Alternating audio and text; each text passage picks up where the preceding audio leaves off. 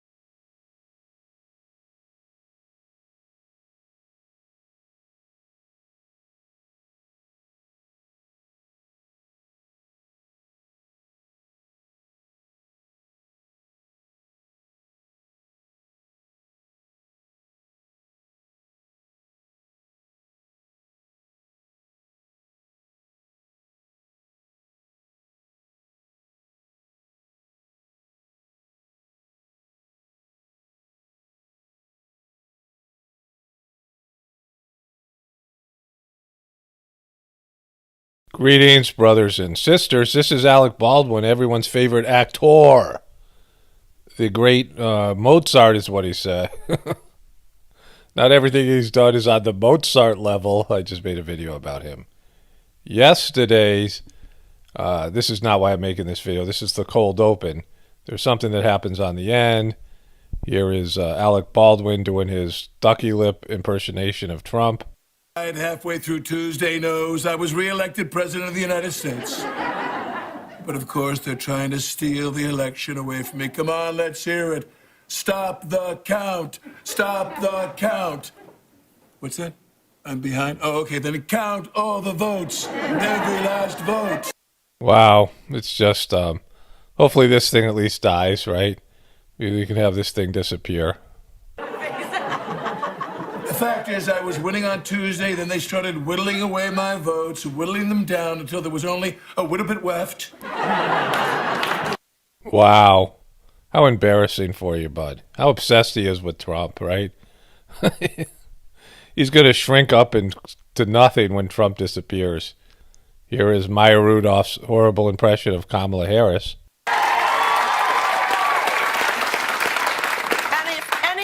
Terrifies you? Well, I don't give a funt.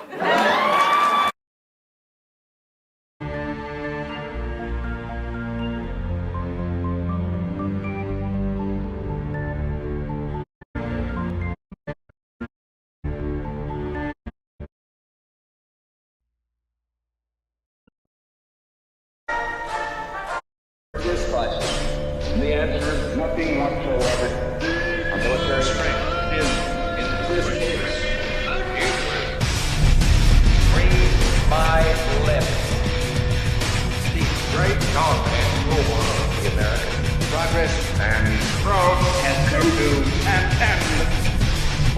silos that this nation holds dear, all communication, transportation, the internet, connectivity, electrical power, critical utilities. Their faith and rest in our hands. We will not tire, we will not falter, and we will not fail. Thank you. And a happy Independence Day to everyone.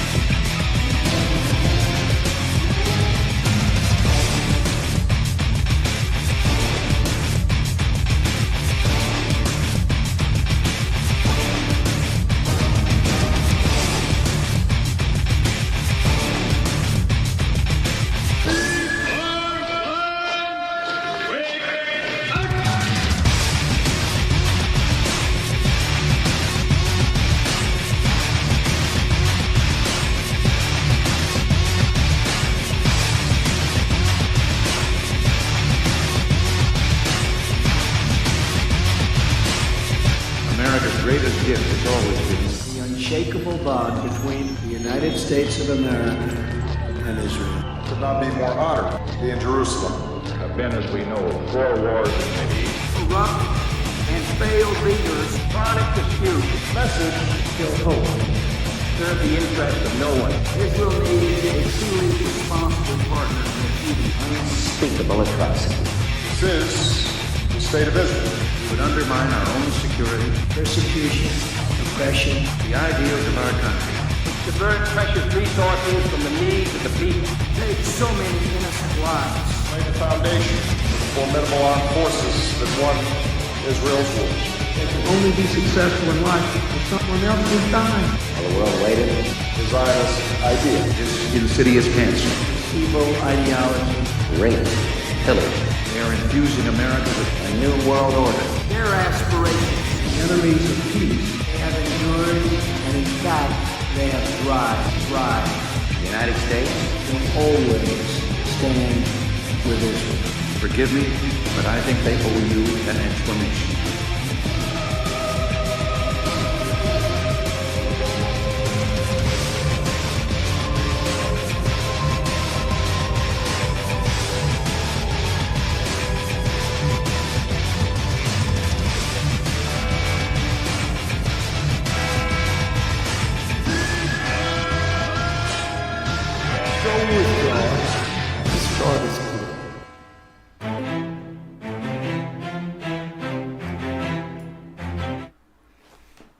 Look who it is. Welcome, everybody, to another installment of the Enigma Report Live. Back behind the desk, I'm, of course, your loyal commander and host, Rich. Salute to all of the early birds in the chat. Who do we got here? Who's part of the early bird crew? We are, by the way, we're live on YouTube and D-Live. I am basically like the second best technician, you know, obviously the Tesla of all time. I pulled this off. This is big for me. We're doing it.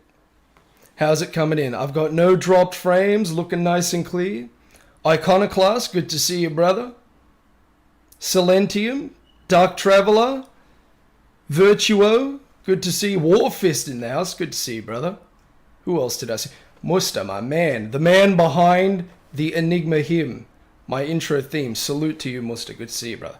Kev, it's good to see you. Professor Falcon, my man, gave me some interesting questions at the beginning of the chat, and we did actually do a few things. We can talk about that.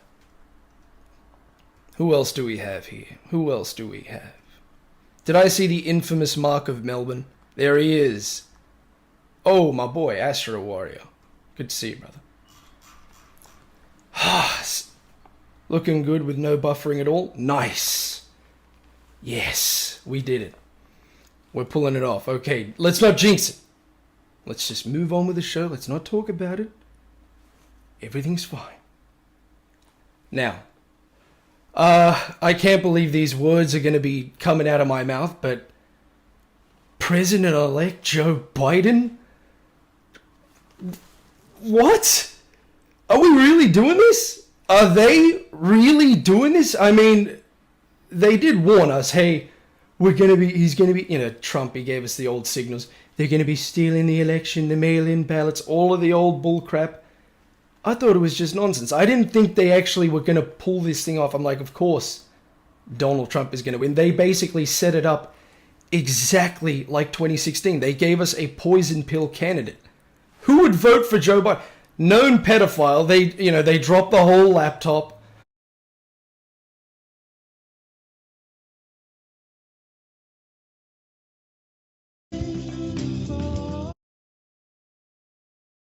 McDonald on McDonald in the morning.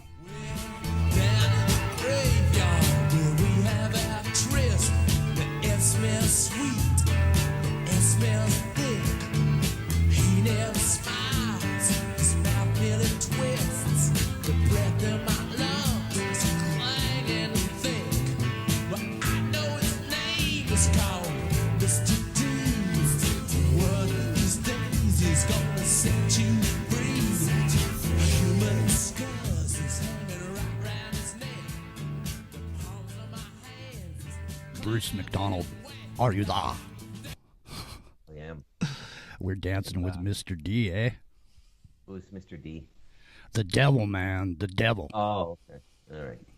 We have a show in Canada on the CBC called Mr. D. It's about a high school teacher.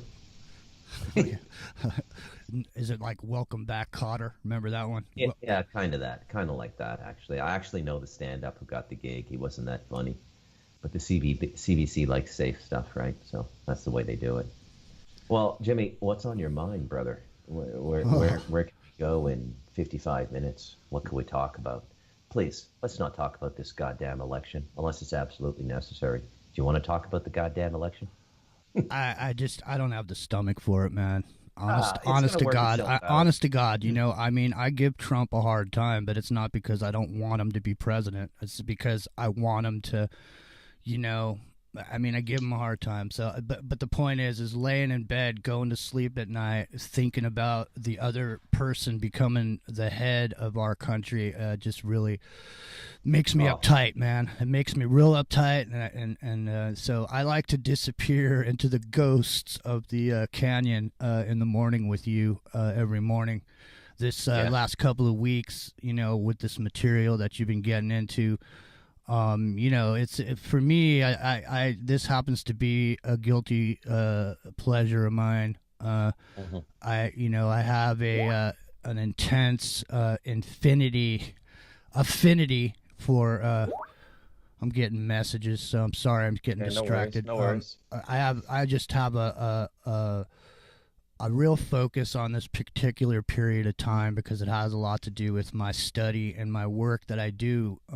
In social engineering. So this to me was a key moment in time, and there's literally, I mean, you could break out so many different characters that came from this particular time that were, I mean, you can see the role modeling that came right out of here. And it's funny too, you were bringing up the Young Turks couple days ago, and it was real. It's the whole story about a lot of these actors from the 50s into the 60s, and these popular characters that were around. These people were nothing like a lot of the fans thought they were. For example, when I was down in Los Angeles, Leonardo DiCaprio was going to play. They were going to do a James Dean story. And Leonardo DiCaprio was going to play James Dean, only he wanted to play him gay, and because he was gay, and so DiCaprio is gay. No, not DiCaprio. James Dean. So there's this. James Dean was gay. Right. So there's this whole thing about James Dean being bisexual in Hollywood, and they wouldn't make the movie with DiCaprio taking that angle. And so at the time when I found out about it, I was heartbroken. I was like, what? James Dean was gay? What? I had no idea. So, but it's funny because, down there in Los Angeles, when you're a property of one of the studios, like say, for example, you belong to Warner Brothers. Well, if you belong to Warner Brothers gives you your own little office, right on the studio. So each actor has his own audience, his own office. And so Dennis Hopper, James Dean, and I can't remember the dude's name who in Rebel Without a Cause. He was like a good-looking guy of the opposite gang against James Dean. He was the James Dean's, competition. Those three used to sit up in there in Warner Brothers. They used to sit up in there and make mushroom tea, and used to sit up in there and just trip out. Yeah. And it's trippy because you see these small circles. It's like, imagine a gang of like Dennis Hopper, James Dean. You roll down to Barney's Beanery, in your cool sports car. That's where they all used to hang out. Barney's Beanery. It's still there. And then there was a big battle going on between Brando and Dean. Dean wanted to be Brando, but and there was this big competition between them. They used to, go to the same parties and this and that. But Dennis Hopper is a key figure in this whole Laurel Canyon scene, and it's interesting simply because a lot of folks don't really know much about Dennis.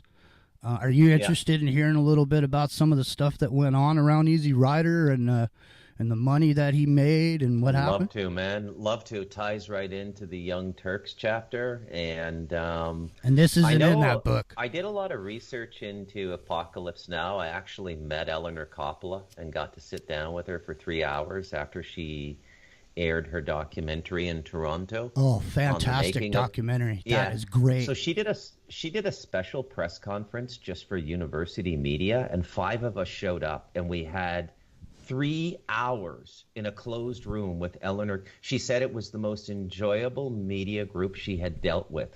Oh my God! University of Toronto. I was representing Ryerson. York University was there. There's 5 people, and I asked her every question imaginable. I asked her what are Francis's favorite films of the films that he has done, and dude, you'll be surprised. It's The Conversation and Rumblefish are his 2 favorite.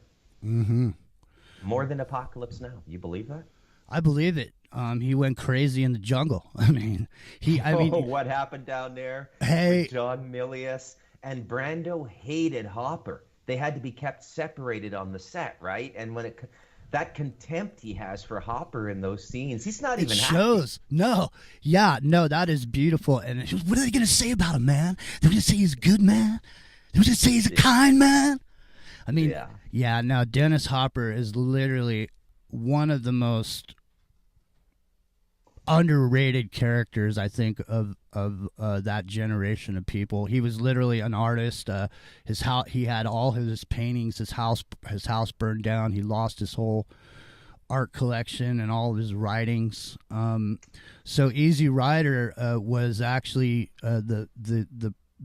the premise of Easy Rider itself was that the hippie movement had sold out. And that was what that whole ride was about, and the money, the coke deal, everything that the hippie movement had been sold out and commercialized.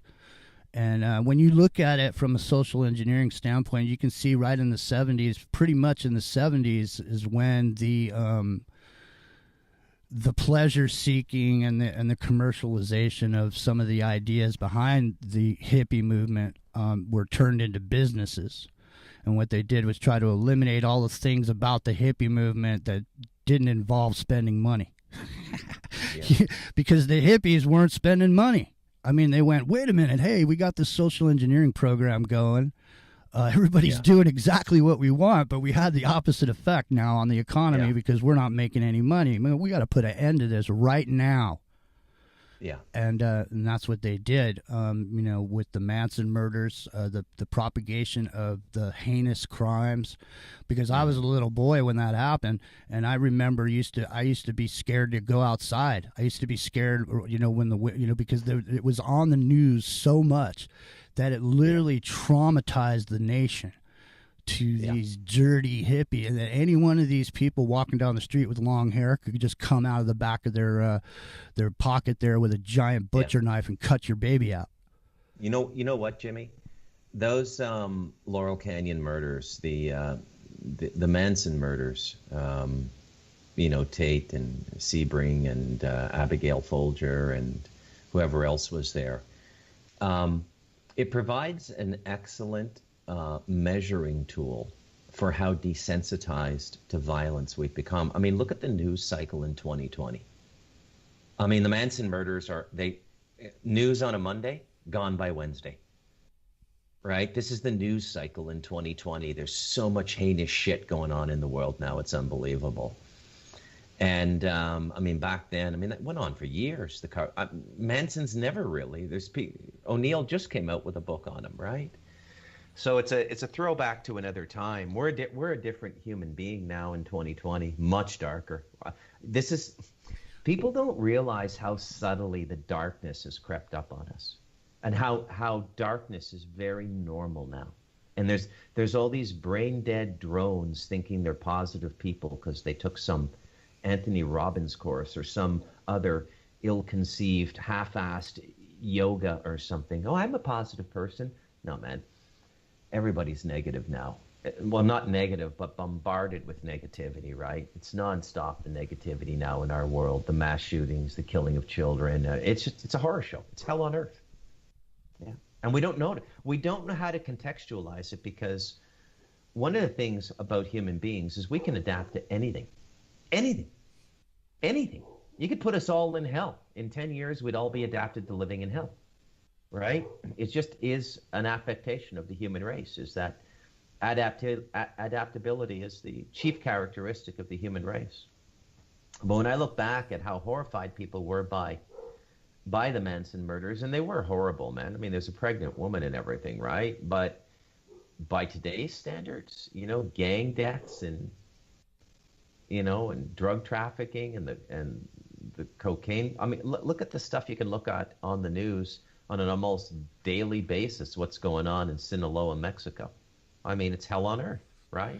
Well, anyways, you know, people, you know, I'll say it here on your show. You know, this is something that I've been saying for a few years. Nobody else says it but me that I know of. But I'm going to just say, I mean, I'm going to tell everybody right here on your show exactly what is going on psychologically for us all right now.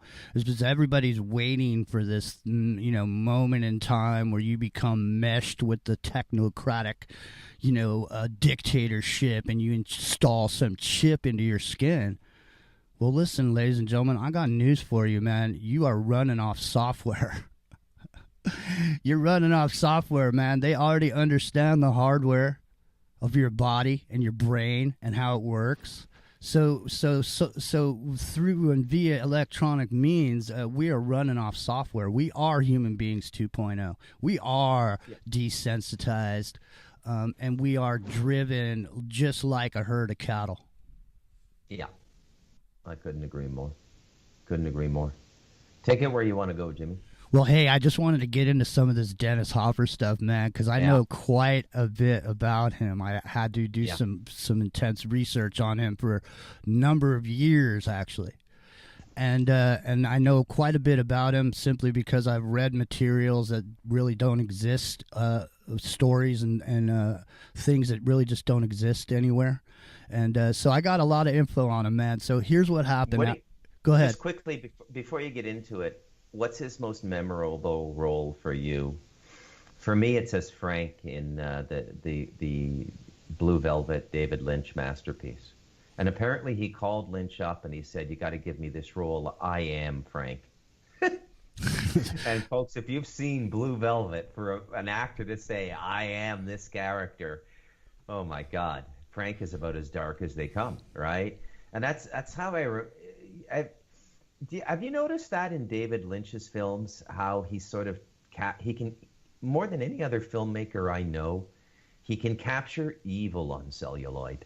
Like it just creeps under your skin and stays with you for years. Well, And it's none of the cheap like.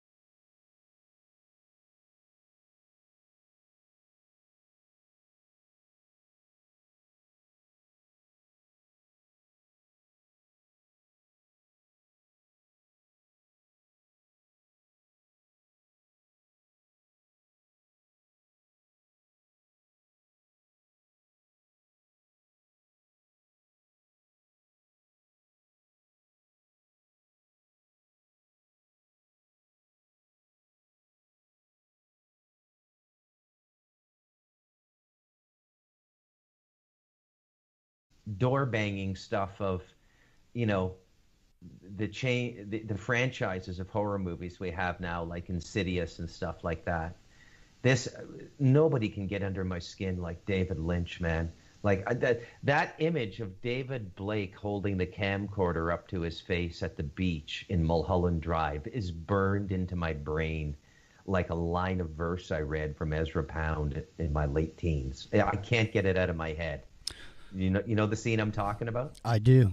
Oh, there you go. Yeah. I was very much into filmmaking, and acting and everything that went on in Hollywood. I lived down there. I was involved in the scene for quite a bit.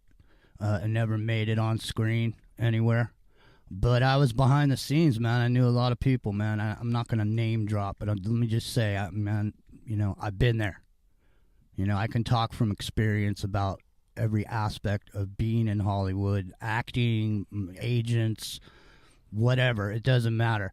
But, I was down there for a period of time. I lived with someone who was a music critic when I first moved there. I lived right in Hollywood on DeLongpre, 2 blocks off Hollywood Boulevard in a shithole.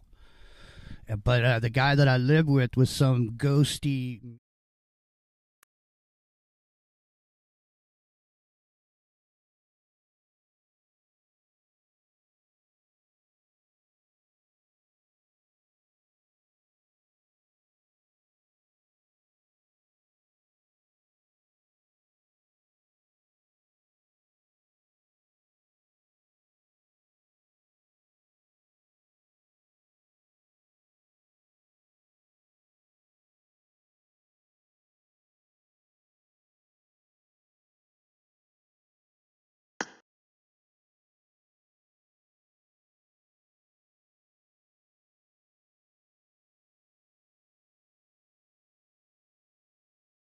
music critic for some magazine that smoked crack, and he stayed up all night and wrote reviews on this music, but he knew every single thing about Hollywood, man. Yeah. He knew all the he took us on tours, took us here, took us there, this and that and the other thing. So anyways, bottom line, I had to get into Dennis Hopper, and so what I got into about him was his life and everything that he did from an acting perspective, a lot of what he did from an artist perspective.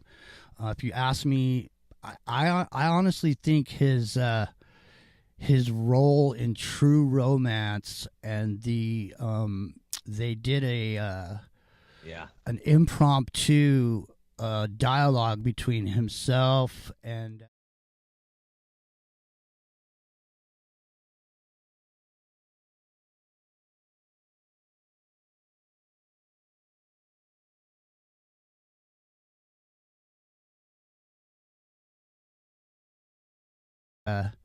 if you want to see the when you get to heaven, you tell God you saw the personification of evil himself, Christopher Walken, as the hitman, and that conversation that goes on, where that moment where he had quit smoking, and at the moment he says, "Hey man, can I have one of your Chesterfields? Yeah. And he slowly lights that cigarette and he tells that story and he looks at him Yeah. and he goes, I'm a big fan of history. You know, I follow history. That whole thing, man. The Moors, you know, Yeah. and your great Yeah. granddaddy was an eggplant. That's Yeah. it. I mean, So, yeah, check that me if I'm wrong here. You're part eggplant. So you tell me, am I lying? Blue Lou Boyle was the character that Walken played, a crime boss in Detroit. Yeah. Blue Lou Boyle. yeah, that And Gary Oldman as the pimp. Oh, oh, man. yeah, that was There good. was some great... Dude, you know where I saw that movie? I saw that movie in a movie theater in Taiwan. Wow. I watched that movie in Taiwan. Big screen. And yeah. Oh. Yeah. Yeah, I was pretty much by myself in the theater too. It was a blast. Yeah, that's one And, of my all-time favorites. Yeah. A Yeah. lot of people don't realize that Quentin Tarantino and Roger Avery were writing partners and they wrote the dialogue for that movie. And you can see the repeating of a lot of the really good lines in that movie. He restructured and put into Pulp Fiction.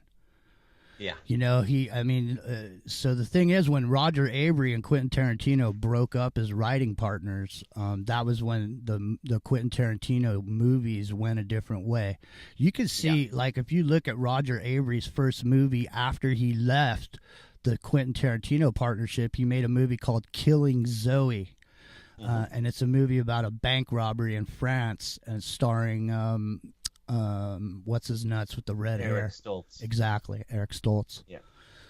Yeah, so what happened was they got a bunch of money for Easy Rider, and he got a deal to make more movies. And so he got an advance for the money to make these movies, some of the money, and he moved out to New Mexico, and that's where they edited. They were trying to. That's where he moved to after the Easy Rider, and so they were going to make a movie called The Last Movie. And what they did was they were going to fly down to the jungles and they were going to make this movie. And basically the movie and the plot of the movie was that the movie makers who came to the jungle became gods to the people in the jungle. Kind of like when the airplane landed on the island and they never saw an airplane before, and then they left and they built this, monument to the guys on the airplane type of thing. And so it was a non-linear movie. So it didn't start at the beginning and go through till the end. It was one of these it was, avant-garde at the time. It didn't have a linear quality to it. But in the course of making that movie, Dennis Hopper literally went insane in the jungle. When they finished the production, he literally they were on the airplane. Everybody was on the plane getting ready to leave. Dennis Hopper took off all of his clothes and opened up the emergency exit door and got out on the wing of the airplane. Jeez. And they had to pull him back in. So they finished this filming, and he goes back to New Mexico, and in New Mexico they were all out there partying and shit. They were doing they had pounds of cocaine out there. And the movie company was literally waiting for this movie from him, and so they were sitting out there editing it and taking a long time, and they were basically just partying and doing blow, I'm sure. And so at one point he had to borrow some money from the mob. So he borrows this money from the mob. He finishes the movie. He turns it in. The studio goes, "What the F is this?" And so what they did was they basically took the movie from him, but they shelved it and it never got promoted. It never made it to the theaters. Okay. So now Dennis Hopper is his mind is blown on coke. He owes the mob hundreds of thousands of dollars. And I mean, this is back in the day, so hundreds of thousands is a lot, man. It's not like it is now. Yeah. So he couldn't pay, and he literally, you're not gonna believe this, man. Oh man, we only got 2 minutes before the break. I should probably wait till the other side of the break to tell you guys about this, because you will not believe what Dennis Hopper did because of that money that he owed the mob, you know. And then you know, I'll tell you guys about it after the break. You want to do a station promotion, Bruce? We got about 2 minutes, I think. Yeah, sure. So this is Revolution Radio, folks. You can find us on the World Wide Web at freedomslips.com. Freedom's Lips or Freedom Slips, depending on your pronunciation. Beautiful double entendre packed right into a URL there by Nighthawk. Kind of brilliant, actually. Play on language. You can also find us on iTunes, you know, the application you can get for your phone, and the web, and a few other places. But most people hit us up at the website, and that's where you make a donation to. It's freedomslips.com, and you hit the Patreon button, and we do need your help right now. We also sell stuff as well. We have a Dazzle store. You can go in there. You can get a fairly good deal on something. I remember in 2018 when I was coming back here, Jimmy, I bought 4 of those seed packs from Hawk. He knocked them down from $100 a piece to $75 a piece because of my economy of scale.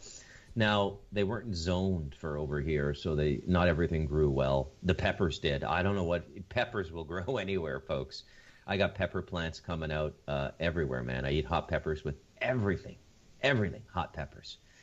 And the papaya came in, but they were all male seeds. Oh, speaking of which, I have identified the best growing. It's now about 1.5 feet high. I'm starting to see little buds on one of my plants. It's definitely female. So I have a pot plant, Jimmy. Sweet. All right, man. In 4 months, I will be harvesting a pound or so of marijuana, and I will wrap it up in saran wrap in probably ounces, and I will give at least half of it away to my neighbors, and just go visit people. And hey, here's 30 grams of weed I grew. Now, how much do you want for this? Oh, no, I grew it. Don't worry about it. That's my wife. She keeps putting coffee grounds and eggshells on it and all of our organic waste. She just dumps it all on the pot plant, and that thing is growing. It's growing real well. It's kind of cool to just see the buds coming in, too, when it's that small, eh? Man, it's like watching a plant go through puberty. This is what life is all about, man. We shouldn't even have to be delving into trying to figure out why and what they're doing to our brains and trying to figure out, you know, I mean, sitting up on the mountain and taking off your shoes and rolling up a fat spleef, man, that's living, Jack. Yeah. I think I'm going to boil this down to an oil this plant. We'll see you on the other side, folks.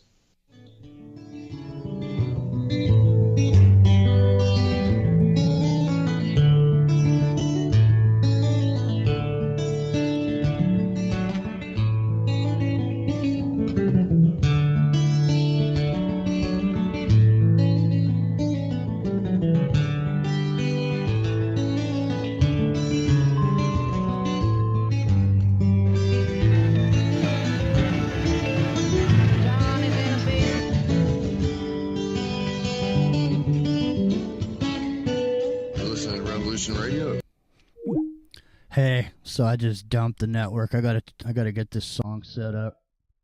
Hang on a second.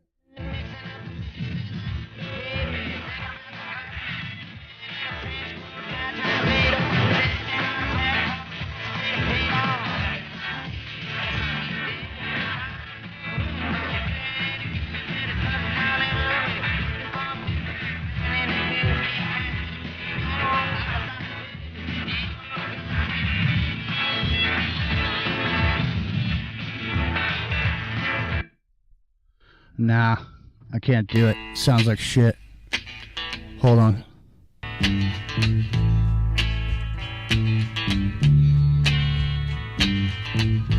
When I look out my window. Okay, we're good.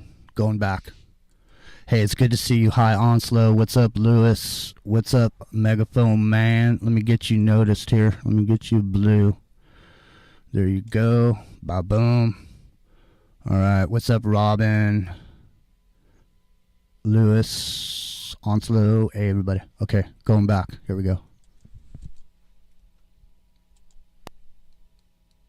The Story Behind the Story was nominated for a Peabody Award in its second year of producing unparalleled broadcasting excellence in 1997. That is, if you really care about learning the truth.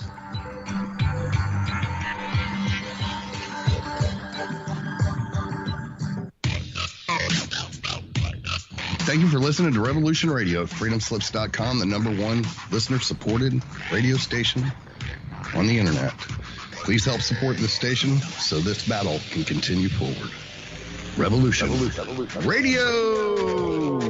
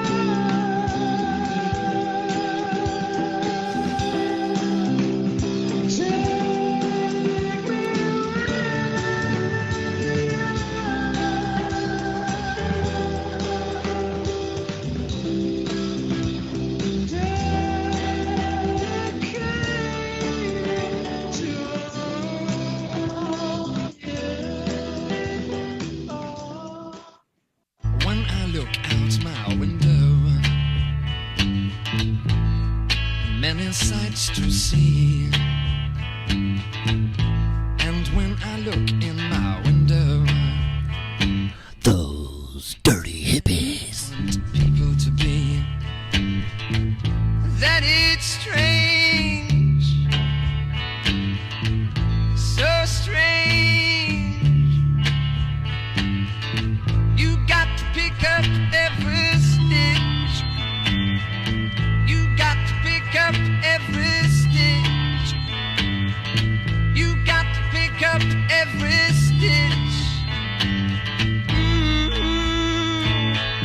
Must be the season of the witch. Must be the season of the witch, yeah. My name's Jimmy. It's McDonald in the morning. Bruce McDonald, are you there? Jimmy, I am here. Excellent. Ready to roll. Sweet. I'm very curious about this Dennis Hopper story. Oh, dude, what did Dennis Hopper do? Dennis Hopper. His hundreds of thousands death to the Italian mafia in Los Angeles. He went down. Now, there's a certain amount of dynamite that you can use to blow yourself up and not kill yourself. Yeah. So he knows these guys that, you know, they go around to these county fairs and they blow themselves up. And, you know, they don't die. You know, that's the big thing. Hey, he's going to blow himself up. So what he did was he blew himself up to pretend that he was dead. He literally blew himself up with dynamite to pretend he was dead. You know, Sean Penn, basically, Dennis Hopper got clean and sober. You know, he got on a 12-step program. He started going to AA. He cleaned himself up. He hooked, basically, Sean Penn resurrected Dennis Hopper's career. With Sean Penn had a deal, and so he included Dennis Hopper in some of the things he was doing. And he basically brought Dennis Hopper back. Dennis Hopper got clean and sober there for a period of time, very active down in Hollywood. Still a really his art collection still exists. You know, but the art collection that he put together at his home in Venice, literally, it was one of the most beautiful collections I've ever seen. I can't imagine what he must have lost when his house burned down. The original house, because he had already had collected art and had stuff that he had done himself. So they did a tribute to Dennis Hopper at the Santa Monica Film Festival. I went to it. Sean Penn was the moderator at a Q&A. It was at a 100-seat theater. They basically did a montage of all of Dennis Hopper's roles and all the movies that he had done. And Pearl Jam scored the soundtrack for the piece. So they basically played the piece, and then they both were there, and people in the audience would be asking questions, and it was really just an unbelievable moment. I mean, at least in my life, just like the moment must have been for you on talking about Hearts of Darkness, because I mean, the Hearts of Darkness and the making of Apocalypse Now, I mean, the journey that the actors themselves went through in the movie and the depiction of that in the documentary is literally, I mean, I've played the scene on my show about Martin Sheen and the actual discussion that went on when he was doing the scene, and he was laying in the bed before the meeting where he was going to find out what his mission was. And so I did a show about a man's mission to find himself, and that's really, when he was going up the river to get Kurtz, he was really on a journey to find himself. And because Kurtz ultimately is Martin Sheen. Yeah. Right. So the monster is within us all, but what was interesting to me, and literally it can bring me to tears thinking about watching this moment that they caught on tape when he punches the mirror with his hand. Yeah. And then it's the subsequent dialogue after that where he talks about, I'm about to cry right now. He talks about how his heart had been broken, and and then he has a heart attack. Yeah. On set. Famous story. Not many people know this. He was only 33 years old?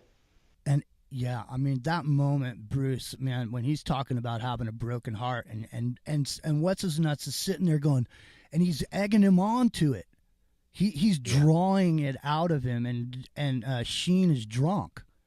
Sheen was drunk. That's why that whole scene where where he punches the mirror and you only see parts of it. I mean, he really was drunk. He really did punch that mirror. That really was blood. I mean, same thing with the dude, the cook guy, the guy who was let's go out and get some mangoes or whatever. That whole never get out of the boat. Never get out of the boat. And tiger, man, a tiger. Yeah, he goes, never get out of the boat. And then Martin Sheen goes, effing A right. Not unless you're going all the way. Yeah. Yeah. The voiceover on that's got to be the best voiceover I've ever... Yeah, you know what? That just a week and a half, 2 weeks ago got added to Netflix. I think I'm going to watch it, but I don't think it's the redo. I don't think it's the director's cut that came out about 10 years ago or 15 years ago, where Coppola recut Apocalypse Now. I didn't like it. Listen, folks. I didn't like the recut. If you youngsters are listening and you haven't seen Apocalypse Now, do yourself a favor and watch that movie. And if you're inclined, and I seriously advise you do, go ahead and get a copy of Joseph Conrad's The Heart of Darkness, published in 1901. No book more accurately foreshadows the darkness coming than Conrad's Heart of Darkness. And in the book, it's about a British dude, nobility or way up in British society, who goes way the hell out to South America somewhere to live in the jungle to manage a rubber plantation. And he goes mad, he becomes he thinks he's a god in there. And it's about, the title gives you everything you need to know, Heart of Darkness. But What Coppola did was he took this basic story and turned it into a Vietnam story. And Colonel Kurtz, the Marlon Brando character, he's Mr. Kurtz, the British gentleman sent to South America to manage the rubber plantation. But it's absolutely brilliant. It tells the Vietnam War story, some great performances. I mean, Robert Duvall as Air Cavalry Chief. Charlie, don't surf. You can't make this shit up. Hey, if I say it's safe to surf this beach, it's safe to surf this beach. Now, you got a choice, soldier. You can either surf or fight. Man, if you're a surfer, back in the day, I'm a surfer, and I was a surfer back then, and we used to love that, man. But I'll tell you what, I've looked at it as an older gentleman surfer, and napalm in the jungle and killing thousands of people so a couple dudes can catch some waves. Yeah, it's a little bit harsh, man. The whole, you know what I mean? He's like, that whole smell, that smell, that gasoline smell. There's nothing else like it. Yeah, it smells like victory. Very, very good film. Very, very good film. And when they go in the cave and Marlon Brando starts to introduce himself to his assassin, and they have all those talking scenes where Brandon just sort of talks and Martin Sheen listens, and they pan around the room, which is basically in a cave. Did you notice the books? The Collected Poems of T.S. Eliot and The Golden Bough by Robert Fraser. Really tell you a lot about what went into it. We are the hollow men, we are the stuffed men, headpiece filled with straw, alas. Our voices, when we whisper together, are like wind through dry grass or rat's feet over broken glass. And it's really the fulfillment of it, because all that stuff was written after World War I. Eliot was, but Conrad was before. But Conrad could see it all coming. Joe Conrad could see the 20th century coming. His first language was Polish, and he learned English, and he wrote in English, and it remains some of the finest prose ever written. All of his books, The Secret Sharer, Lord Jim, Heart of Darkness. Highly, highly recommended writer from my opinion, folks. And a straight shooter, right? Not one of them. Every once in a while, they'll let something hang in the public space that's not them. I honestly believe one of the most clear time markers we got in the timeline was John Milton's Paradise Lost. If you understand what was going on in London from 65 to 66, and that Milton was writing this poem, and it got burned in the Great Fire, and he had to dictate it all to his daughters, and he did it again in 1667. It's like a little marker God put in the timeline, and it's saying, hey, remember this, 1667. There's a lot going on here. And Heart of Darkness is another one, right?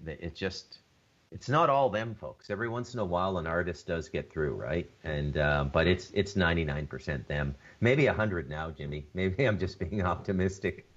I don't think anything good gets through now unless it's self-published or you do it all yourself or whatever, right? Yeah, and if it's not on Amazon, it doesn't exist. Or if you can't find it in a search. Well, I'm going to say it here on the show. I mean, there is a serious magical aspect to the making of moving pictures, and there is a real magic there, and I don't mean like pulling a rabbit out of a hat. I'm talking about magic.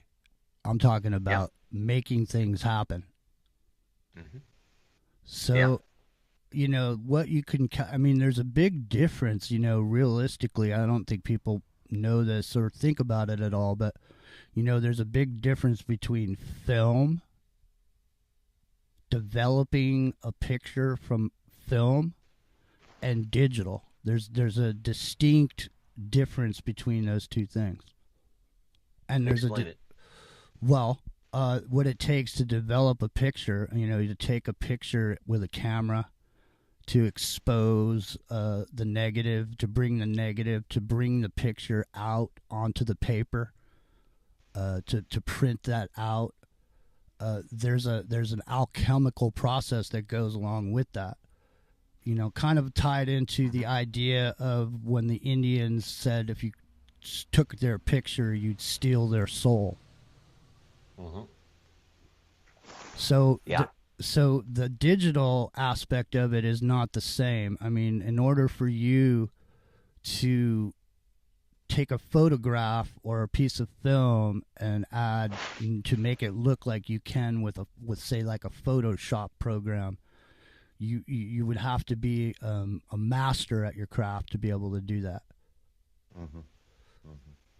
So there's a aspect of it now that comes through from a digital perspective, but the original celluloid, the original film, the size of the film, you know, the way look at the way Apocalypse Now actually looks, you know, the way that it is.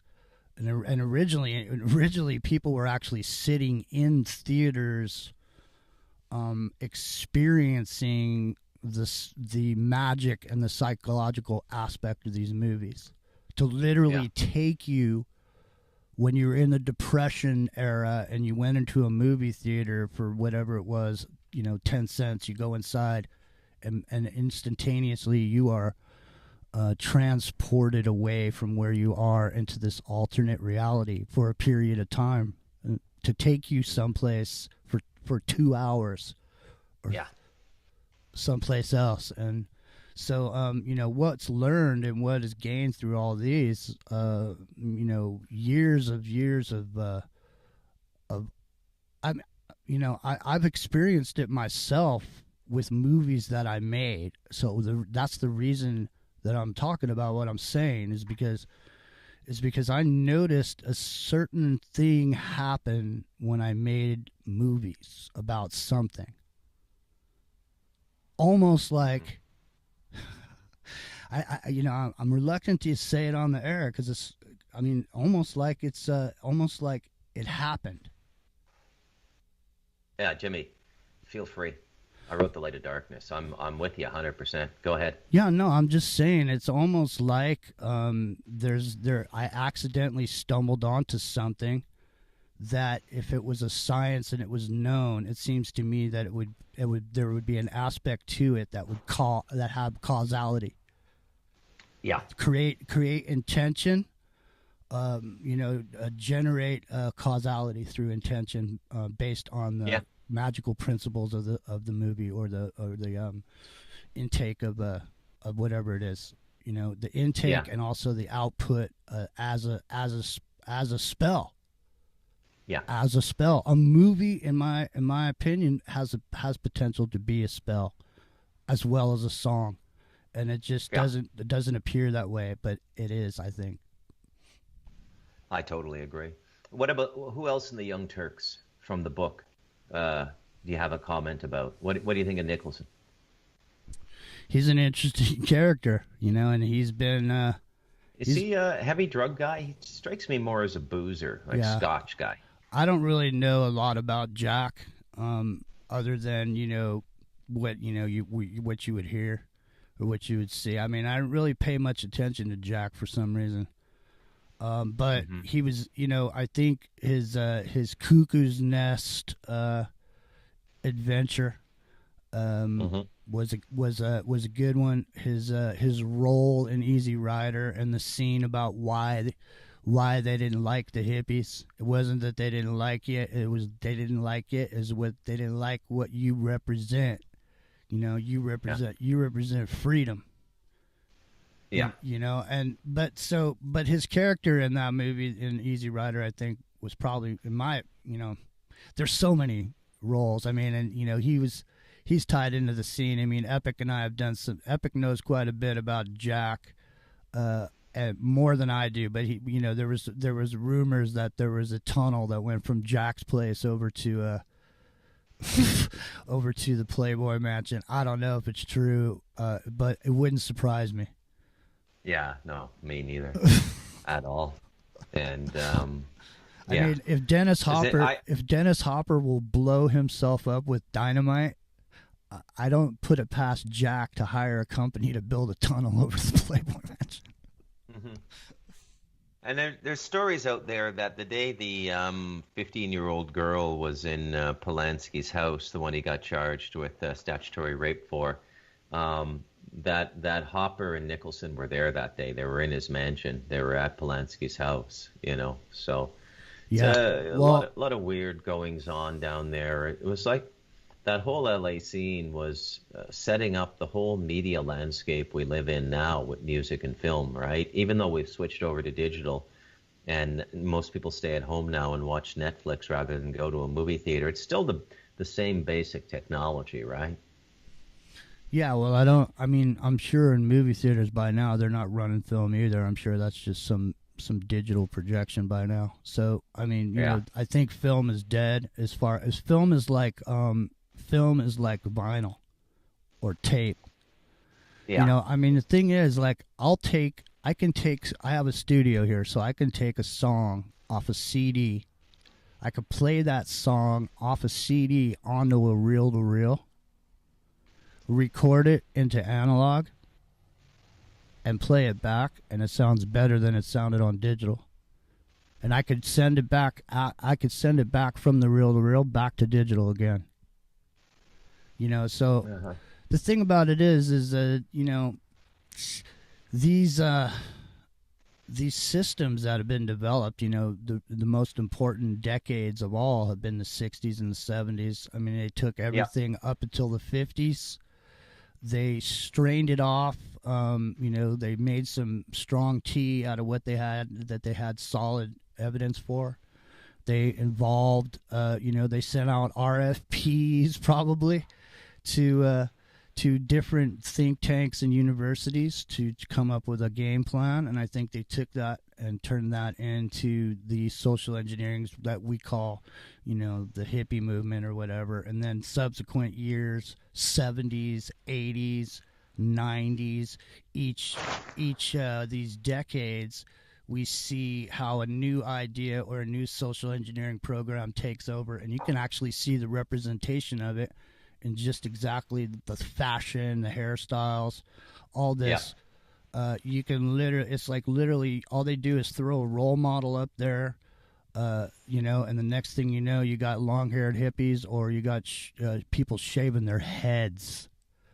Yeah. Do you think the guys in Hollywood who had bald heads, they were already bald? They said, "Hey, man, let's make being bald sexy, man. You know, what do you think?" And they go, "Okay, yeah, sounds good, man. I'm bald. You bald, Bob? Yeah, I'm bald. All right, let's send out what's his nuts and have him shave his head for the soccer tournament or whatever." That's how that's how it started.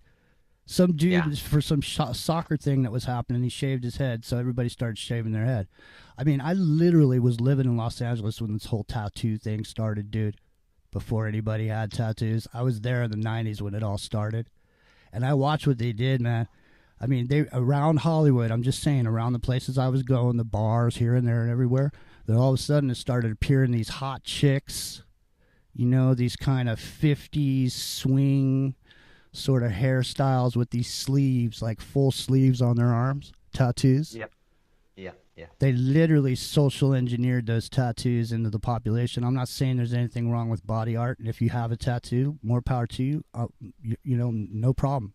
I don't care. I'm not saying that. What I am saying, though, is when I go to a hot springs in Colorado and I look at the pool and I see people from all over the world, the ones that have tattoos are Americans for the most part. The Europeans that I see. Well, it's here, too, in a big way now. Like, tattoos, they're bigger in Costa Rica and Latin America now. My stepson has face tattoos. Well, I have two stepsons. They're both tatted to the, you know, they look like MS-13, full arm sleeves, everything. So the thing is, it's important to look at it from a social engineering perspective at the point that you have your population tattooing themselves just like they did in prison. And then I'm not saying if you have a tattoo, you're in prison. When I grew up, if somebody had a tattoo on their neck, okay, that was somebody you avoided. Because if you had a tattoo on your neck, you're going to kill you.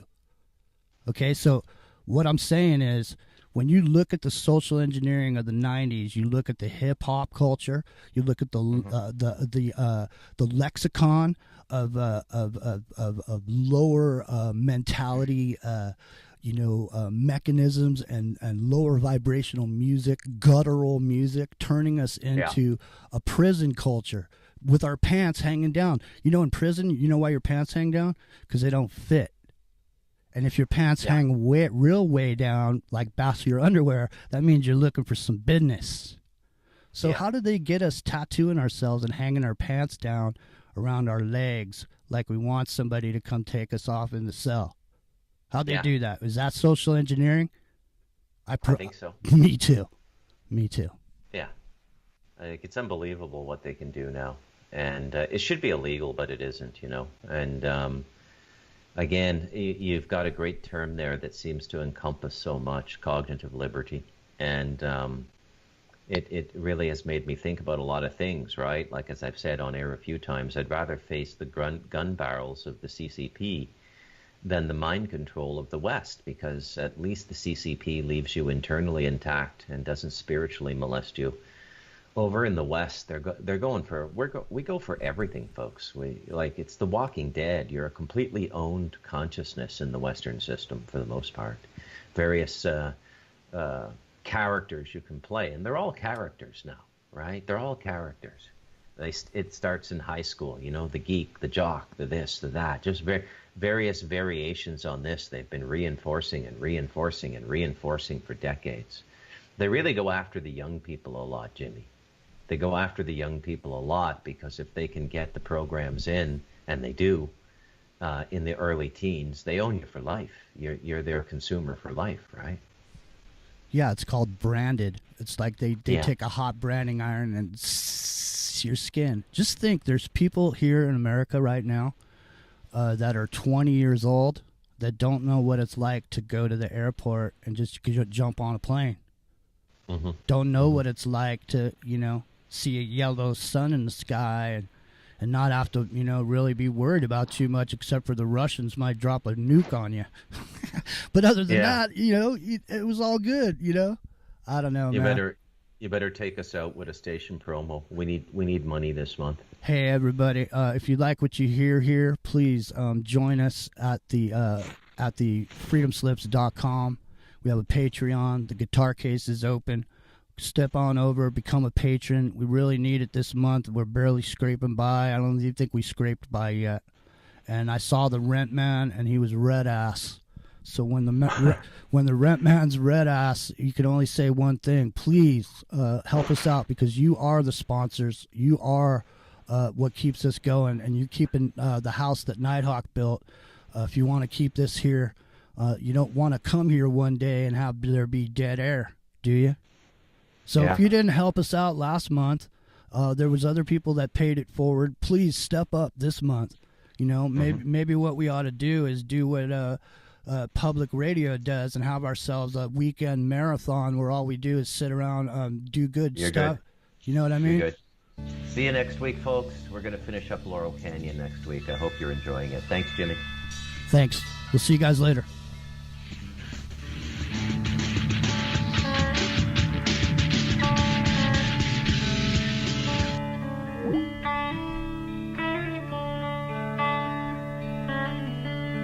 All right. There we go. That's it.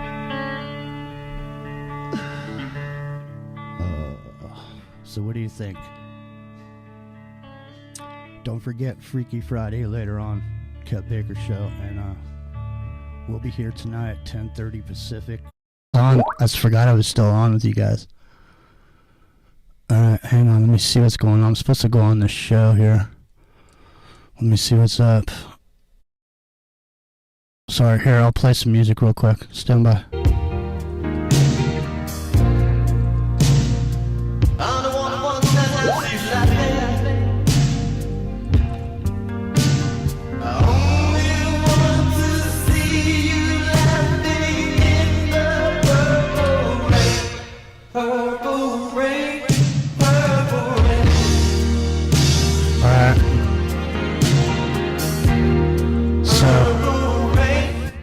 Looks like it's going to be an hour before I'm on that show.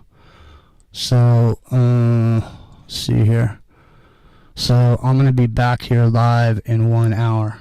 So in the meantime, thanks for joining me. I'm going to go so I can go do a few things before I got to do that. So I'll see you guys later. All right? Cool.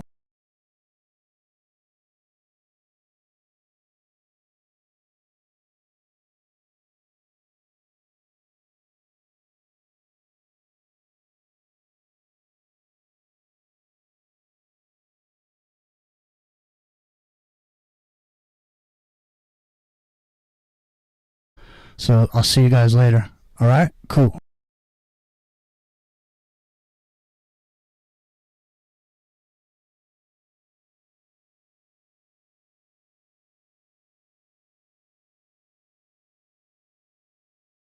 Either it's they did nothing to control the inflow of people coming. It's not. That's not the lockdown of borders. They didn't put people in quarantine coming from the most dangerous zones, Wuhan and Italy. That was really a shock to me when they didn't. And I have a good friend who is a primary physician too, who actually were in Italy when this came out, and he came home from Sweden with a cold, and he was shocked to know that he weren't put in isolation. They were just like, yeah, sure, you came home from Italy. So he went to work, and he was in shock that he wasn't put in isolation, compulsory isolation. And then it turned out he had COVID-19. So he was on work. He came from Italy. Sorry to interrupt. I spoke to him like he had a slight cold. I spoke to him and he said, it's very strange that I'm not isolated because I could have this virus. And then it turned out he had the virus and he had infected people on his job as a doctor. Yeah, so mass spreading event. And is this, I may be misremembering, but I can remember, or I think I remember them saying that there had been a family that had gone skiing in Italy and came back to Sweden, and that's where they think that the major spreading event came from. Is that the same person? There were thousands of people in Italy, and what they should have done, of course, was to tell them at least, you cannot leave your home for 2 weeks. But they didn't. They just came home from Italy. No one told them anything, and they, of course, went to work. So, I mean, and the narrative back then was that there's no problem with people coming from Wuhan and Italy. They won't be the cause of spread. And everyone was like, why won't they? Why won't they? Wow. Of course they were. They were. But like now, if you talk about this now, it's like, oh, it's easy to be, to understand it after. It's easy to be, hindsight. In hindsight. Yeah. But look, my friend wasn't in hindsight. He was in front of me, talking to me and saying, I'm in shock. Why am I at work? Yeah, and it's... he was infected. So, presumably he had a mild case. Could you... He didn't. He was suffocated to death. This is a story you won't believe, but his wife, she got respiratory systems. She went to an orthopedics clinic for some reason because there was full. She was there for a couple of weeks, and when they finally understood she had COVID, they were really scared and they sent her home. But she was so sick that she couldn't walk home, so they called for an ambulance. So an ambulance went from the hospital home with her, and they carried her up and threw her in a bed. My friend, he went down, he almost suffocated to death with 84% saturation. he's happy to be alive because he had to care for himself at home. Stunning. And like I say, it's a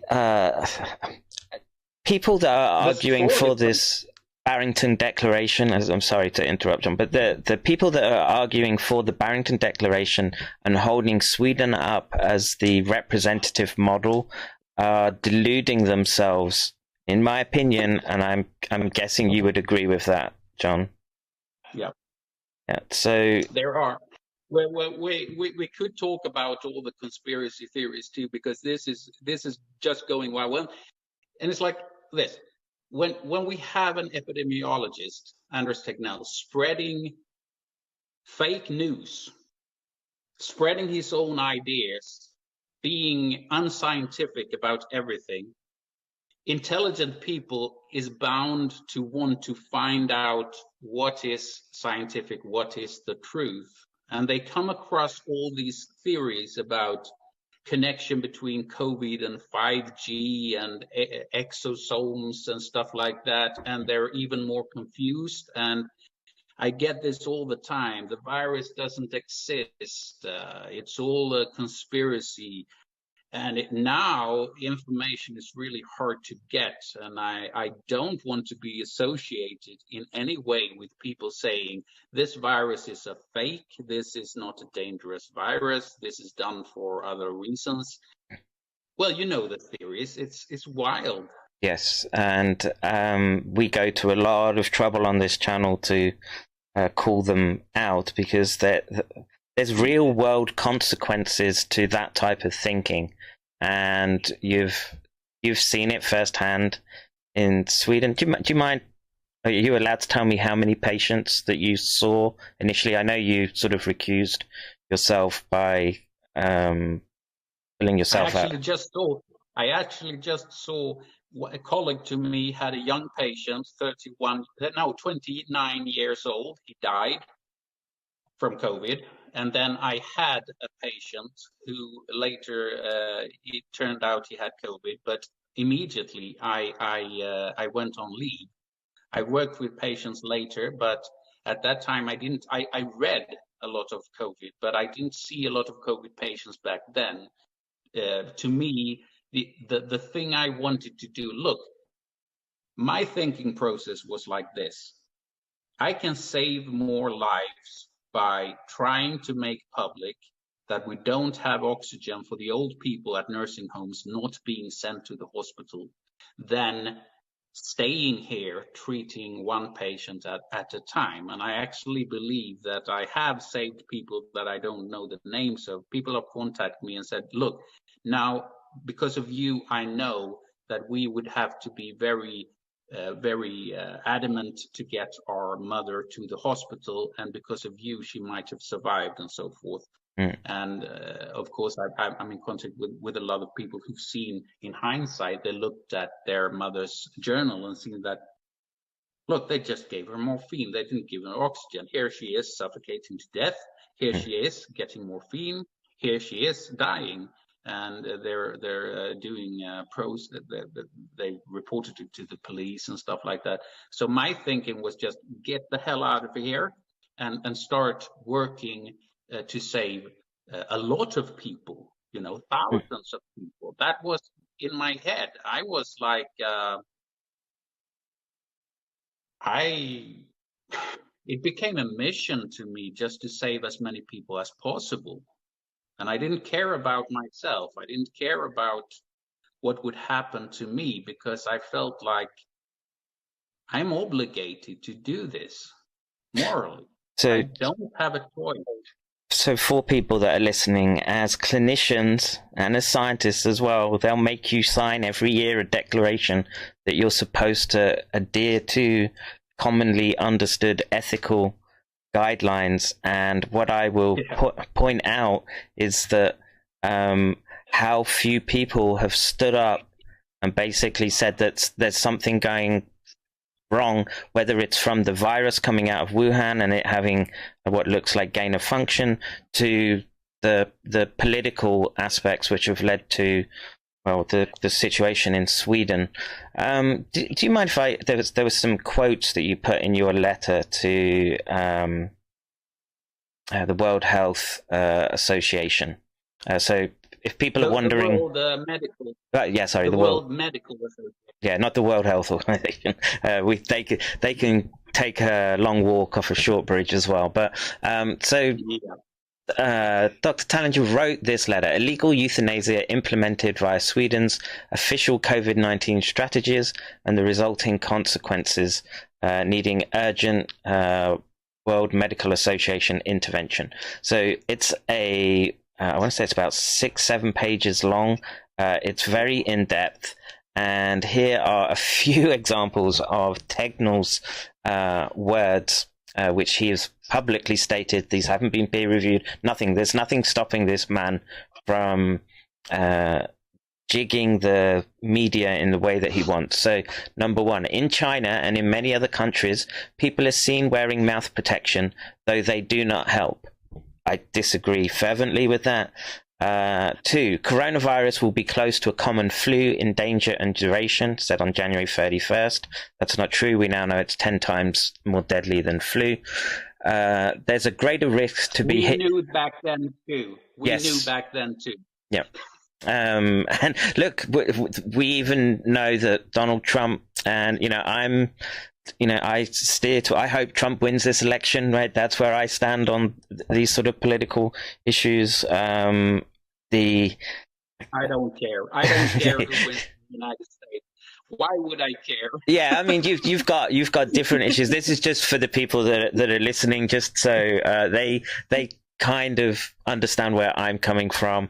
And the politics should be aside. So a lot of what I spend time on my channel doing is just saying that the journals that we're reliant on have lost credibility because they've become politicized as well. So a great example is the New England Journal of Medicine a few weeks ago publishing an editorial at the front of their journal saying, "Do not vote for Donald Trump." Right? This is the politicization of science, clinical medicine, everything. But they don't. That newspaper also had me in it a long time ago. Actually, it had a piece on me, so I'm for them. Okay, so. It turns out, though, that they're controlled by a Chinese publishing house. It's not the New England Journal of Medicine as something out of New England in the US. These publishing houses are big money making machines, and it becomes it's very dangerous when that becomes a fact. It's now it's like the Swedish big media houses actually got a lot of money in support from the government. They got like a truckload of money in the middle of the pandemics, as it turns out, to support them. I mean, and they get so much money from government that they are not. So it's like it's not better in Sweden. Like you're talking about, media houses are being owned by probably agencies that are controlled by states. And media in Sweden is actually not biting the hand that feeds them, because they get millions in money from the state. So there's an unhealthy. We have to understand as citizens now that there is an unhealthy relationship between politicians and media. Yes. So that the news will be skewed in a way, and I for one have seen this since I tried to be a whistleblower on the Swedish what we did since the 10th of April, and I haven't been successful because I've been silenced. Yeah, so that's actually before we went live with this, that was actually quite an interesting part of your timeline. Do you mind just relaying that again? And I don't mind listening to it, and I think the people would appreciate the lengths that you went to make sure that you avoided some type of entrapment by the Swedish media. Oh, there's so much to say about it. I was fighting fiercely for 6 months to avoid being because I had a cause. I wanted the right information to get out, and it would be very dangerous if I was shot down as not being someone to trust. And I was attacked immediately from a lot of places that I was in bed with right-wing extremists, which is there's nothing to that.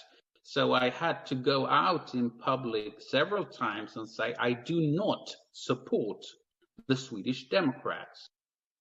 Just so people understand, the idea of far right in Sweden is not what you would think of as these are not shaven-headed, swastikaed individuals that are goose stepping down the street. It's very well, I'm not sure if it's so small anymore, but it's a very tame nationalist party, I would say. But But they wanted to associate with them with me, and I didn't want to be associated. I was actually in the Liberal Party, and when this went down, and I had to fiercely say that I am not Sweden Democrats. And then I was attacked by Sweden Democrats that were saying, why do you have to point that out? Why are you attacking us? And I was like, I'm not attacking you. I'm just saying that I'm not a Swedish Democrat. Isn't that okay? They're saying I am, and I'm not. If they would say that I was an environmentalist, or a social democrat, I would say I'm not a social democrat too, because please do not make this into politics, because if my message is mixed up into politics, then it can be shot down, and I didn't want that to happen. Of course, I wanted the message out, and I was quite successful in getting my point out to media abroad. I was on Chinese state television talking about this. I've been published in India early on, and all over Europe. And then of course in the non-mainstream media Sweden, I've been probably published hundreds of times with my own articles. 50 times at least, but it never reached the big newspapers until there was in DN there was a quite famous journalist who went on his own investigatory mission 6 months after the fact, and then he discovered he basically said looked through my Facebook page. That's what he did. And then he published it, not mentioning me. So that's the latest piece. So the news is out in mainstream media. I'm not mentioned because I don't know why, but it's been wild. In the beginning, it was crazy with all the crazy people attacking me, doctors attacking me. So I just you told me the interesting anecdote of the reporter from SVN. I think you said it was SVT. Could you just relay that again? How just around the oxygen issue, because that was quite sort of fascinating interaction about how they will come out. It was just. I think it was just 2 weeks or 1 week after I went viral on Facebook, and he contacted me on Facebook Messenger, and I republished all his contacts so it would be like official. So and he asked me, look, you're gonna have to call me on this number. He wasn't like saying, "Oh, I understand you're a whistleblower. I can give you protection. I want to know about what you have to say." It's not like that. It's like if you have a whistleblower, you want to protect him. You want to. He was like going forward very, very harshly. "I want you to call me. You have raised fears in the population that there is no oxygen." And I said, "Yeah, what do you want to talk about?" "Yeah, I want you to explain to me how we're going to solve this situation." And I was like, at that time, I actually had a solution, and I sent it to him. And then he didn't want to talk to me since I had a solution to the oxygen crisis. He didn't want to talk to me, and then he blocked me on Facebook. And I published every single piece of that communication. I published it live on Facebook. Yeah, with his face, his Facebook profile. Perfect. Perfect response. Obvious. Yeah, and my response was like, everything you say to me, I will publish it. Every word we talk about, it will become official. And that's why he blocked me too. He didn't want any more communication with me because he understood that everything he tried, every way he tried to out me, I would out him too. And then it went on with big newspapers, Expressen and DN, and they called me. I recorded everything and I put it on YouTube, the whole interview. 5 minutes after we talked, it was on YouTube.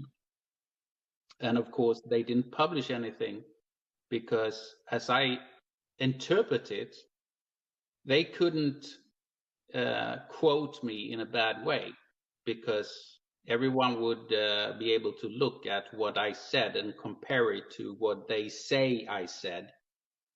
So there was no possibility. As opposed to Tegnell, so I didn't actually finish the last two quotes, which I think are probably the most bizarre of his that he stated, right? So let's just take his words as an example, right? So Tegnell said, "To be infected on the subway is very unusual if it happens at all." Yeah. Right. That right. You've just gone completely outside the realms of physics and biology and everything that we know with respect to contagion. And children, and they went early on. They said children cannot infect you. It's impossible. Mm. Yeah, perfect. I'm a doctor. I know this is not the truth. And, why wouldn't children infect? They aren't another type of biological. It's not like you're a dog when you're young and then you become a human being after a certain age. They are like small human beings. Yes. And it's like, it's so bizarre to say that children cannot infect you. Why? And so, of course they can. Can I just ask, were any measures taken with children at all? Did they have masks for children? Did they do any spacing in Sweden? Any social distancing? Did they take any measures? No. They just said that children cannot be infected. They won't infect other people. So it's just go for it. Just go to school.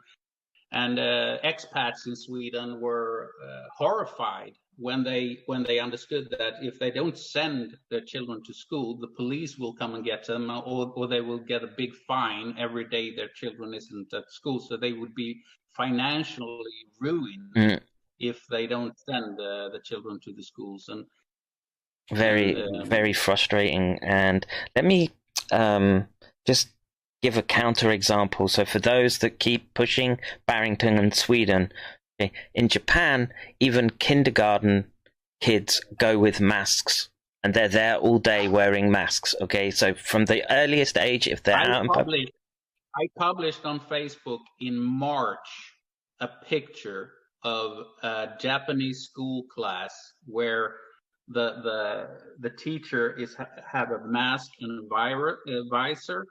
And all the children has masks. And then I compared statistics between Sweden and Japan. And of course, they have 10 times as many people, I mean, I think at least 10 times as It's many people. more. Like, I think Japan is Yeah, 120 million, 20, 12 times. Yeah, 12, 13 Yeah. times. So, And also they are 10 times as much crowded. Mm. And also it's like they have 10 times less infected. Yep. And then I published this picture of Japanese school children having face masks. Why do you think that is? You're asking me why they had the face mask? No, I'm asking like it's a. It's obviously. I asked the audience, why do you think they don't have as many infected? Well, of course, because they take it seriously. They protect in the initial stages. They use face masks. Before we know anything, we should take precautions, right? Yes. Before we have control of the situation, we should use every measure to evaluate how serious is the situation, how dangerous is the virus, how easily is it spread. The first thing they said in Sweden was that it is not airborne because there is no proof that it's airborne. Yeah. Now that logic is outside of. I mean, it's crazy logic to say that what we don't know is the fact. It's like if we don't know it's airborne, then we will assume that it is not airborne, and therefore the truth can only be that it's not airborne. And this is so when I started to speak to people publicly about this, and I was coming at it from the lab perspective, and so I've worked around rabies, non-human primates, and it's standard operating procedure that if you think that there's a leak or a pathogen around you, you have to consider the worst case scenario until you know better, right? And so that means you fall back, you take PPE seriously, and then you start tracking everyone for illness. And Japan. And this is like the logical process that we learned from Aristotle 2,500 years ago. All went out the window. It's like 2,500 years of understanding logic, making the world into a civilized state, building it on thought, on reasoning. All of that went out the window when COVID came to Sweden. So it's a really, really profound experience to see that all of a sudden logic does not exist in our state. So it was frightening. I mean, what can happen now? So when logic is gone, what's the next step? You know. That's chaos. But can I just ask maybe you don't know anything about this, but how strong are the links between China and Sweden with respect to trade, and does China have a lot of investment in Sweden, or the other way around? Yes, of course. There's a lot. But there's also been recent diplomatic difficulties. We are not tight politically. China is angry at Sweden, to put it in layman's terms, because we're not their best pals on the surface diplomacy. What's the basis for that? What are they saying? No, I think it was about there was diplomatic problems with Chinese people trying to speak out, and they're in Sweden, and I don't know the particulars, but we were trying to protect. There was a lot of issues about this, and China was saying that Sweden is a bad country, basically. I'm not an expert in this foreign relations, but we're not tight right now politically, I would say, but trade-wise, there's a lot of interconnections. We are dependent on China, of course, I would say to a large extent. So you make a strong case in your letter. I encourage everyone to.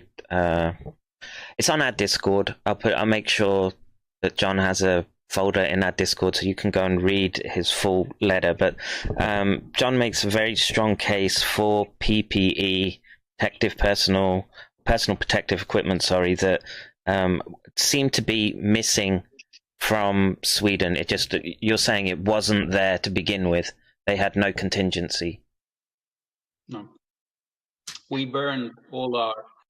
It's like we had. This is part of the thing in Sweden that we weren't prepared, like Finland, for instance. We have an authority that are supposed to prepare for a pandemics plan, and also one of the key people.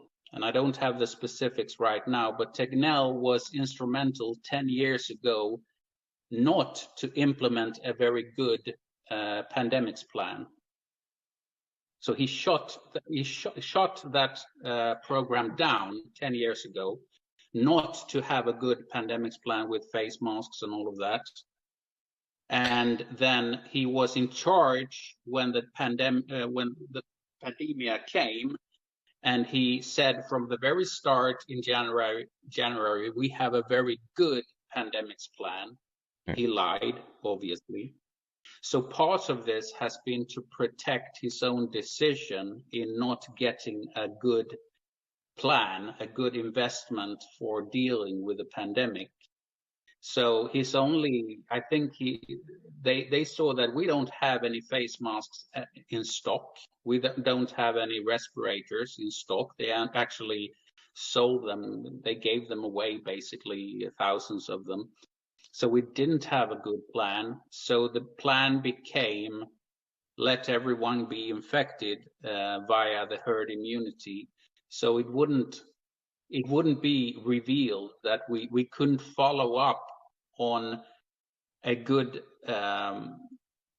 plan because we didn't have one. So we basically made one up where you don't need face masks. And sorry, I just said, let's take a technical quote here. So this is the last one that's in your letter. I just want to put that in because it leaves nicely what you're saying.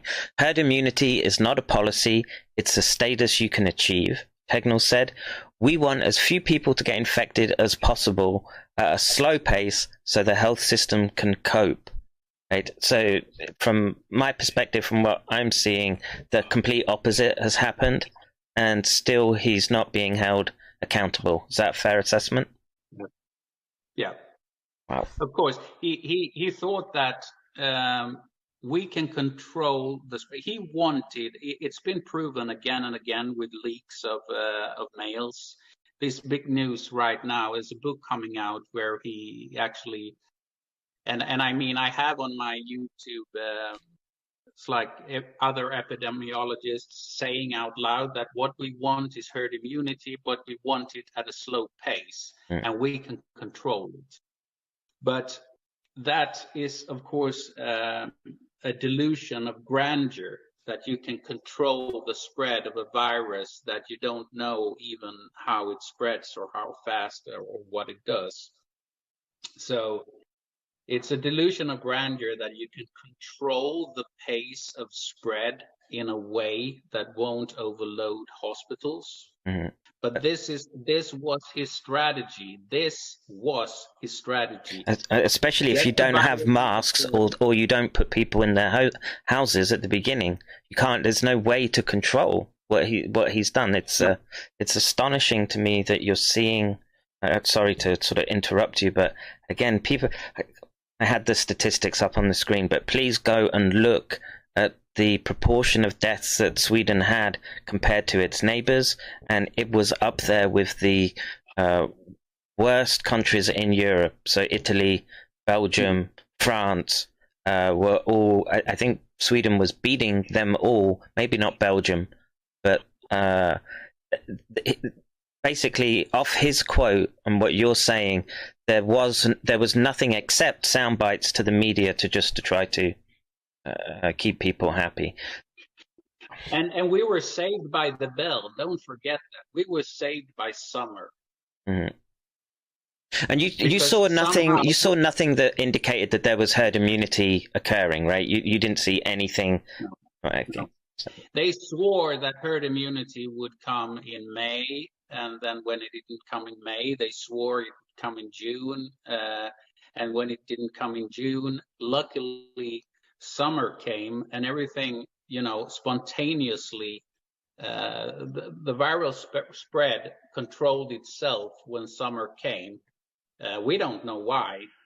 It just happened, and it saved us from having more deaths because we were on a spike right upward. We had more than 100 people dead every day, and then summer came, and we were saved by summer.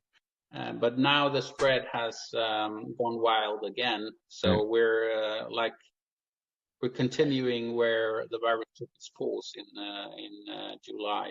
Yeah, so I think this is something that people need to grasp, that even though a lot of people died in Sweden, that's still only a very small fraction of the elderly that are at risk in that country, right? So there's way more that this what they're calling dry wood this virus can burn through. Actually, it turns out my estimate was that at least 20,000 would die in the first wave, and it turns out that was Tegnell's estimate, as it turns out in leaked material, that this was what he thought would happen, and he was okay with it.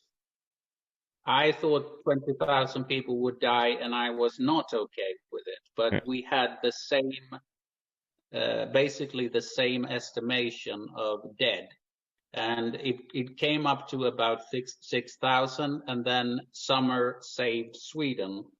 But we haven't done anything. We had all summer now to get oxygen into nursing homes, and nothing has been done. And actually now I'm in Denmark. I don't know anything about what's going on over there. I'm just like everyone else, crossing my fingers, hoping it will go well. But at least now what we have in Sweden is that everyone knows that it's public now. If you won't send the old people to the hospital, we know this. We know you're thinking about this. Don't do it again, because it's all over now. So, and this instills fear in the politicians, of course, and that may be the way that I save people, is that they won't do the same horrific decisions again. They won't give out these directions again. So they're changing their policy. So my understanding is that Tegnell has gone public now and basically has walked back his previous stance and has said now that it's unethical to try to aim for herd immunity. So it's okay to say that, but you're saying they haven't done anything with respect to putting infrastructure in place in elderly care homes and people at risk. Wow. I don't think so. I've seen no indication of it, that they put infrastructure there. But they on the other hand, the directions to keep the elderly at home has been walked back a bit, and the highest person there is in the Socialstyrelsen, the Board of Health chief, has explained that these directions, the directions I've gone public on, these directions weren't supposed to be used that early. That's what he said.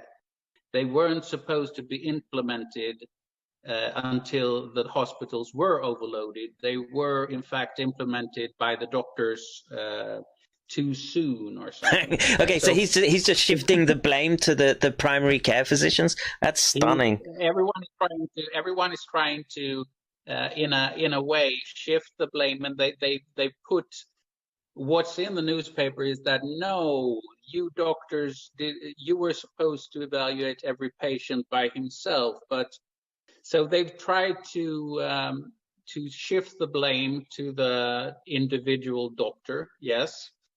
But when this next wave comes up, the doctors aren't going to be that stupid. They aren't going to keep the elderly at place because they know no one will protect them if they do. Right. So hopefully they will just send these frail patients to the hospital and say, treat them with oxygen. Hopefully the hospitals will get overloaded in a way that the politicians will have to make a solution for them. But as I see it, there aren't any preparations for what I put out there. And indeed, the politicians know about me. There have been 2 questions to the social minister of Sweden, Lena Hallengren, official questions posed to her. What about oxygen to the elderly? And what about the claims of John Tallinger? So forth. This was early in May, so they know about me in particular. They know about the claims that the elderly didn't get oxygen. So their answer has been like, everyone should have equal health care. And so can I ask, at the start of the pandemic, as like I say, the other Scandinavian countries, which in my mind provide the perfect test system because you've got very similar countries, how much discussion was there about lockdown within Sweden when it was obvious that Norway, Finland and Denmark were taking a completely different approach? This is I blame this on the newspapers because they were saying that, look, we have the best strategy. We're better than our neighbors. No one knows how this is going to play out, but we think we are going to be the winners in terms of economy and all of that. So there is actually public support for what we do here in comparison with the other Nordic countries, and it's been very, very polarized. I know a lot of people who have stood up, doctors, for instance, and other people who have stood up to our way of dealing with the pandemics and said that this is wrong, we should do as our neighbors, and they have lost friends on Facebook, and they have been called names and so forth. So this has polarized the society into, it's like now in Sweden, you're pro-Tegnell or anti-Tegnell, and these have become polarized, almost political groups that hate each other. So Tegnell has ended up, and this is very important, what he has done, in my view, isn't that he has become a figure of positive community feeling in Sweden, but that he has divided the country into 2 fractions that hate each other. And this is not good for our society. No, so let me ask you a theoretical, hypothetical question. So say the Swedish Democrats were to come to you and say, we as a political party wish to back you in the political arena to try to bring this to, I don't know, legal reckoning or some type of arbitration of some form. Are you prepared to work with those people if they go in that direction? I think I would have to. Be very careful, and I think I would have to think about this if it came to that. But the Swedish Democrats are not the only opposition party. There must be other main parties within. Yeah, like if the moderates did it, or the other, if the whole. If all of the opposition, I would want the whole opposition to back it. It would be dangerous politically just to have one party back a response towards the governing party, because it would divide Sweden even more. Preferably all of the opposing parties should be in that in the same corner, so to speak. That would be preferable to oppose government. That I would stand behind, of course, but just one party that is blamed of being right wing would be dangerous. Actually, I want Sweden to come together. You know, I don't want factions in Sweden hating each other. So I want us to come together on this. We've got someone in there. I just missed their name. Hang on one second. It was Thalon1984 is saying they're one of the early whistleblowers who went through you. He knows you, or he or she knows you well. They're running the Facebook group. Perhaps it would be a good time to let people know where that Facebook group is. So Thalon1984, if you can. I don't know, paste it into the chat somehow so we can get people to go to your Facebook group. I think that would be useful right now. I'll forget. I'm on the phone, so I can't. I don't have a keyboard. Yeah, so that's why I'm asking the chat right now. So if one of my moderators could follow up with what was the name again? Thalon1984. If you could just get who that Facebook group is, and then let's get the... It's Oxygen for All. There are two Facebook groups. Mine is Whistleblowers Oxygen for All. It's an English group where it's good for international people. So I wanted to put together a group where we speak English so that people from all over the world. So we have about 3,600 people on there. It's a very, very good group. It's very, the moderation there is very serious. Okay, so I've got your Facebook group. Okay, so let me just paste that in the chat. So it's, so the Facebook group I've put in Facebook/groups Oxygens for All, and the other one. Where should I look for the other one? That's I have my own personal Facebook, John Tallinger, and then I have an official Facebook because I had too many friends, so there's an official page too. Okay. So I have. let's see if I can find. So well, if like an official, I'm an official person on Facebook, and I have 3,000 followers there, and then I have my personal Facebook. Okay. Which I have 5,000 followers, and I know 3,500 followers and 5,000 friends. But if you want to discuss, you can go to my personal Facebook. That's a good forum. But you can only discuss if you're my friend. So then I have the official page. But the best place to actually interact is Oxygen for All, because then you are interacting with people who know this very well. There are very, very good people on there who so knows the facts. So this one looks Swedish, but put the link. So this I think is your personal one. Put that in the chat.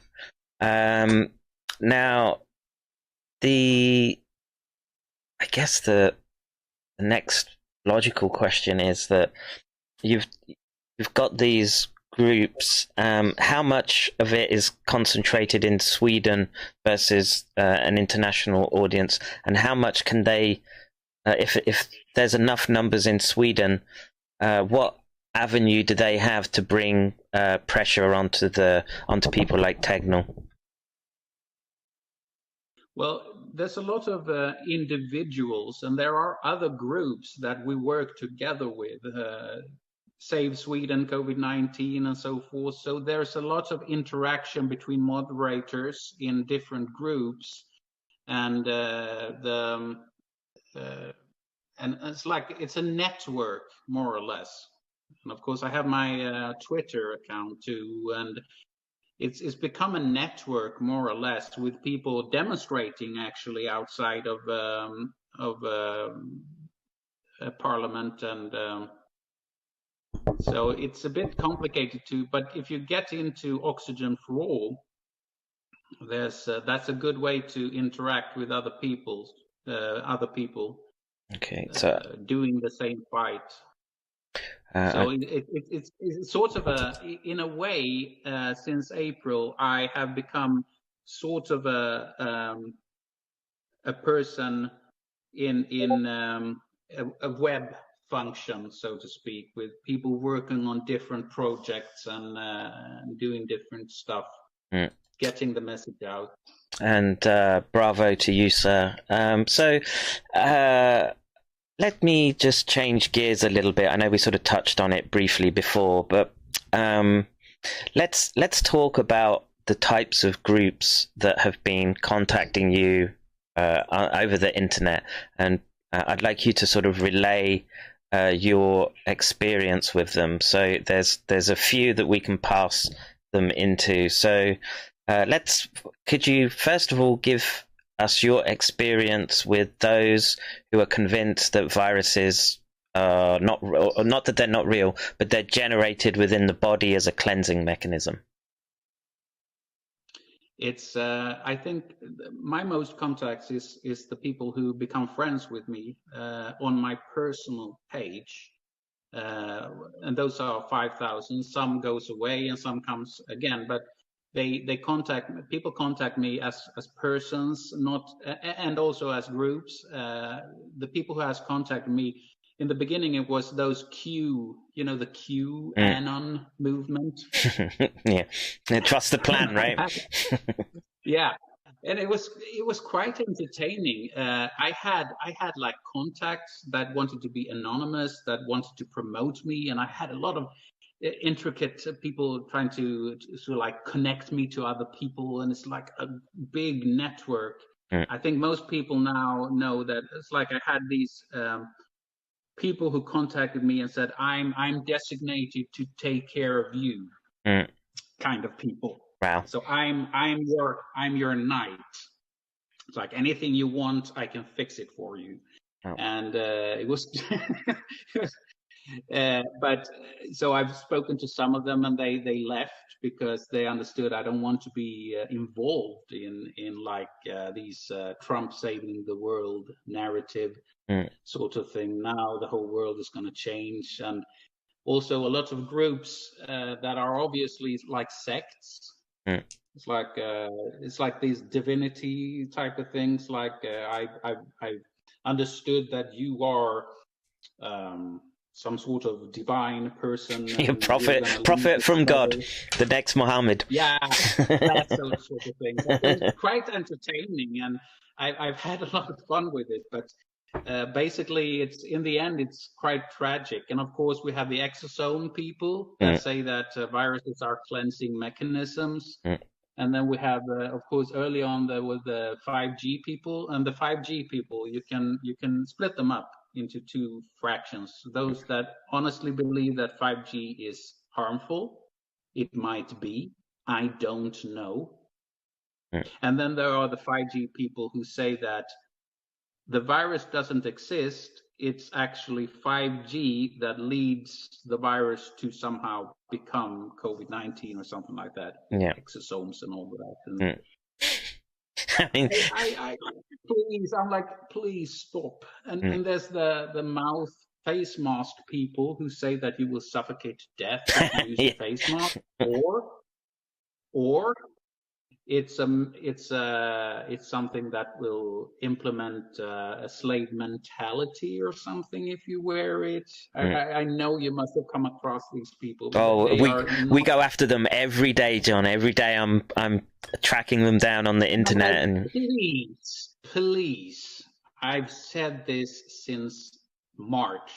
Use face masks. Why are you like coming after me like this, trying to make me promote that face masks are dangerous? They aren't. This is so it's a quagmire of different theories, and actually I've tried to explain this. Please don't promote all these theories, because this is quite simple in Sweden. The information we need to get out there is that we tried to prioritize between the old and the young to get good health care to the young and not to the old. This is not a conspiracy. This is triage. and it was openly debated on all the doctors forum. How are we going to triage between the very frail and the young? Naturally, we're going to have to triage between ICU treatment because the old might not survive and so forth. So this is triage, and it's politically triage, and it's not a conspiracy theory. I have all the documents on my page. You can read them. One of the documents I published says that since we don't have oxygen at the care homes, we will have to give them other types of treatment, for example, morphine. This is an official document. This is what we should fight for, getting this information out and not let it be, entangled in bizarre theories about exosomes and 5G, because that will dampen the message. We're going to be all cast aside as not being serious in what we say. Yeah, you're easily dismissed. And does Sweden have 5G? Yeah, or is it? No, I don't think so, and we definitely didn't when the virus came. So that's what can I say? Well, like I said, 6,000 people died, and we don't have 5G. How did they die? Well, they have an explanation for this. They are testing 5G at secret locations, and they put it up these transmitters at the elderly care homes. No, they didn't. They just got sick and died from COVID. Yeah, so that's simple. So one of the things that we hear from the exosomists, as I call them, is that pollution in the environment, so not just 5G, but poor diet. And so a question that came early in the chat was, what about vitamin D supplementation in Sweden? My understanding was that they fortify basic foods with vitamin D in Sweden. Is that the case? In milk. You put it in milk? Yeah, in milk. I think that it's in milk, in some sort of in one of the cartons or something like that. They put D, but not in the other one.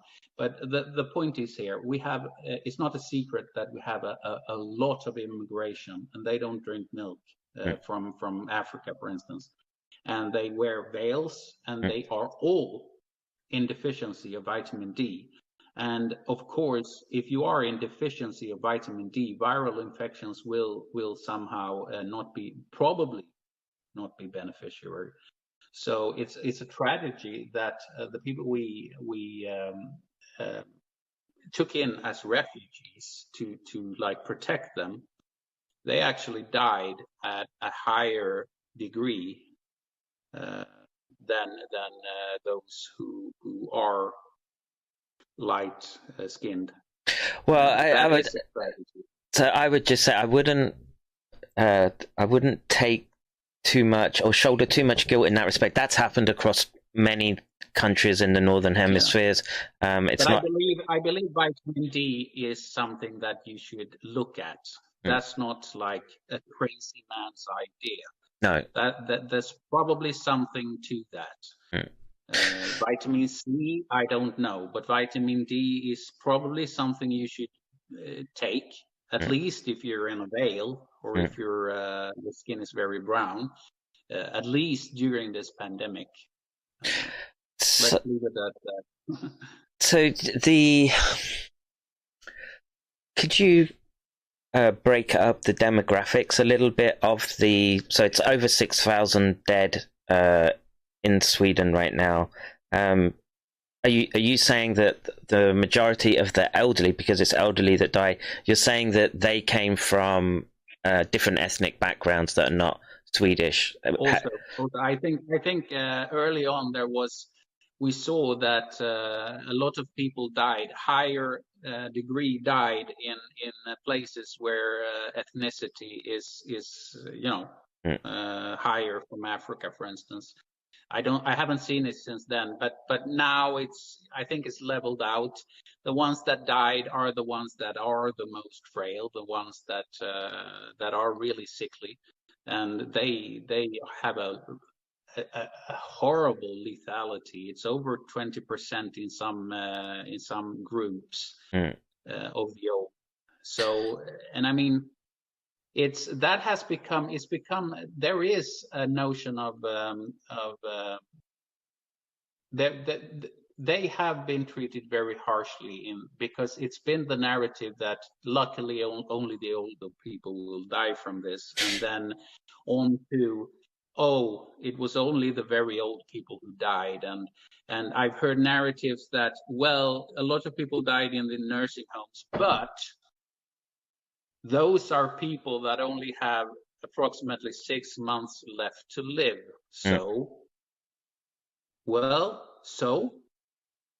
yeah, I mean, it's not. It's a horrendous attitude. Yeah, it's a horrendous attitude. This attitude is horrible because if you have this attitude, it will spread. If you don't have respect for life in someone that only has 6 months to live, this principle will spread out, and then more and more people will get included in this. Oh, it was only a narrative. It's very, very dangerous when you deprive people in their end of life. If you deprive them of their value of life, then you are on a dangerous path.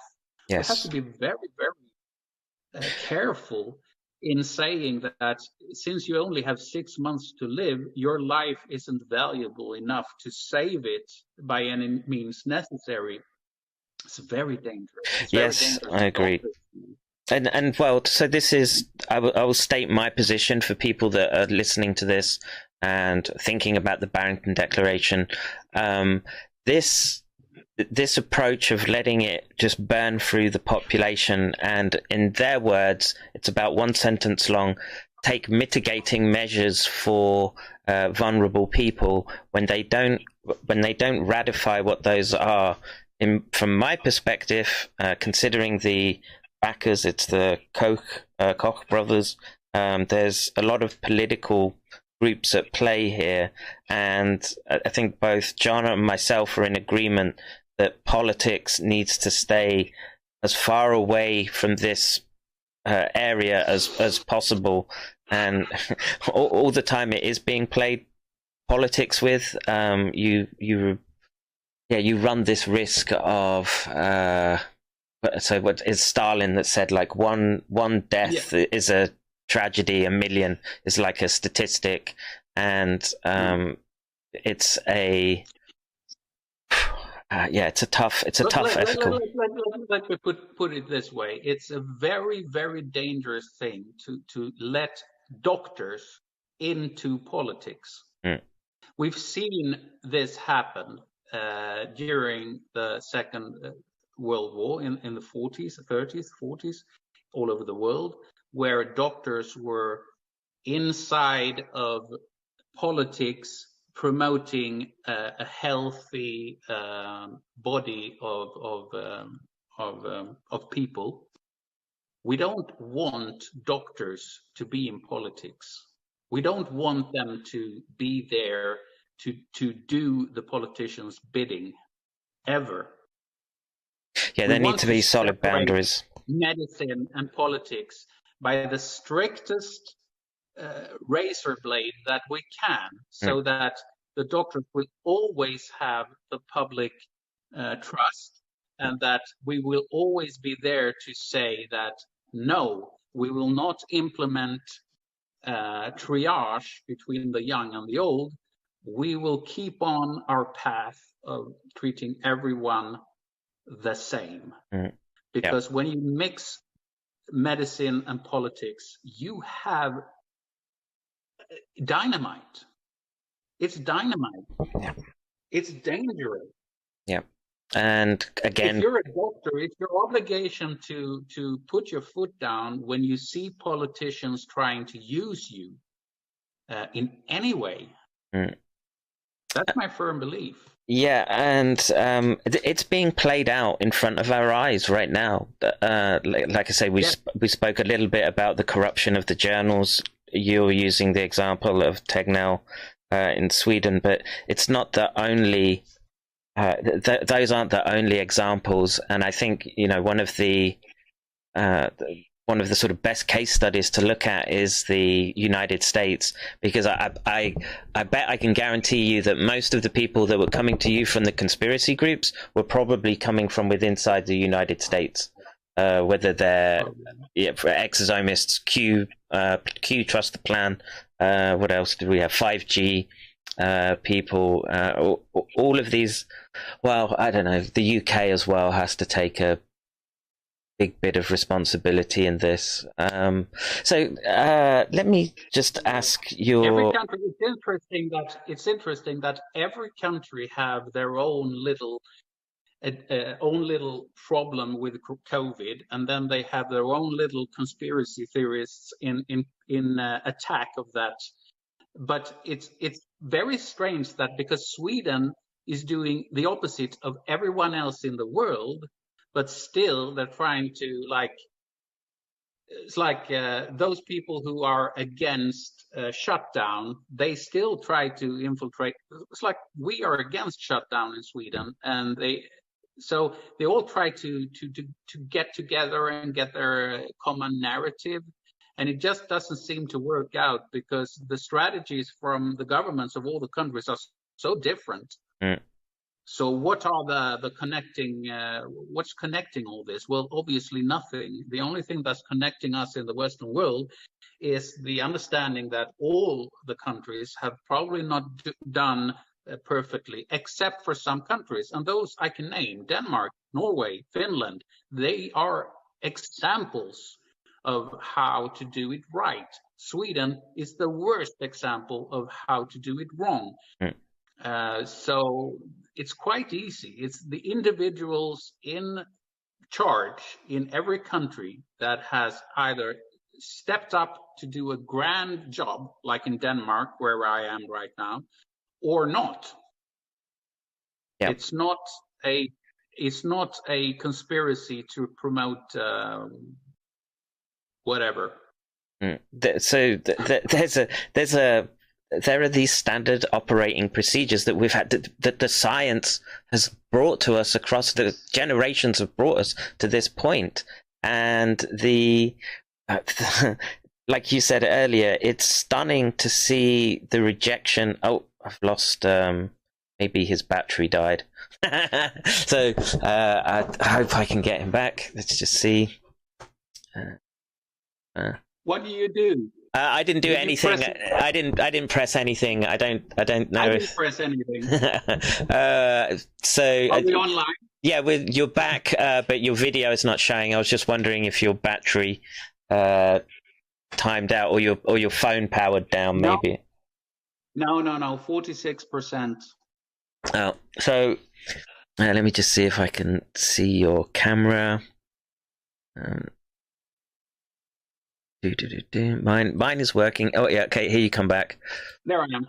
Yeah, so mine is. Now you're gone. Yeah, I don't know what I've done. Let me just try and fix that. Okay, that should be back. So, yeah, I think you were making a very good point about the right and wrong ways to go about approaching this phenomenon, and it seems to me that politics has got in the way of what should be the domain of biologists, clinicians, scientists, whatever is in that domain. And so how do you feel about what you see in the United States? Because as important as you may think Sweden is, and it is a really bad case study, the world focuses on the United States as a as a sort of example. How do you feel that One they've done? reflection is that in Sweden, it's a good tradition to hate Trump. If you don't hate Trump in Sweden, you're an evil person.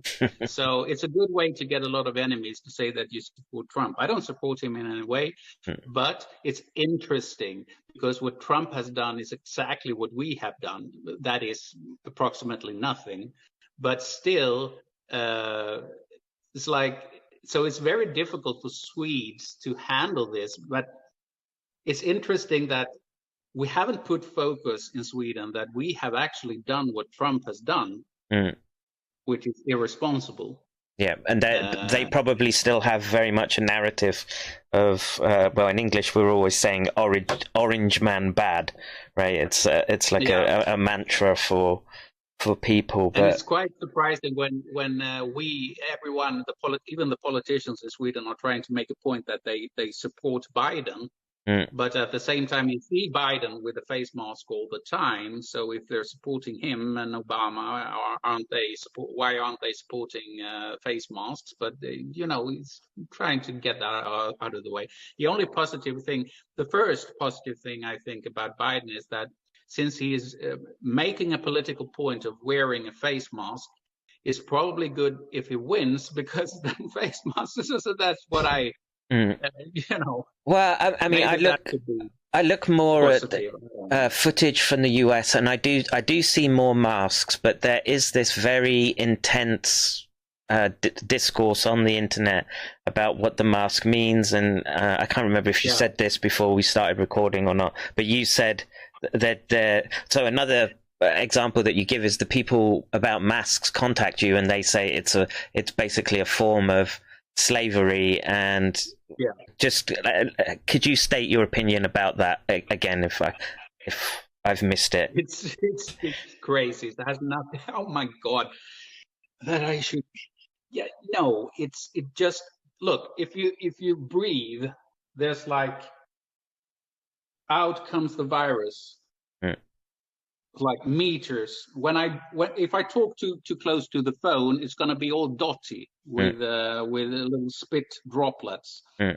But if you have a mask, it doesn't go out into the air. It doesn't travel meters away, even 20, 30 meters away. So you collect like the little spit droplets. You can change it after a few hours if it's wet, but you actually do a good job of it's a way to increase social distancing by actually putting something in front of you and the other person. Yes. So it's so logical that it would work. Why would you say that you turn into a slave if you try to protect if it's an act of respect. That you actually put a physical barrier between you and your fellow man, not to infect them.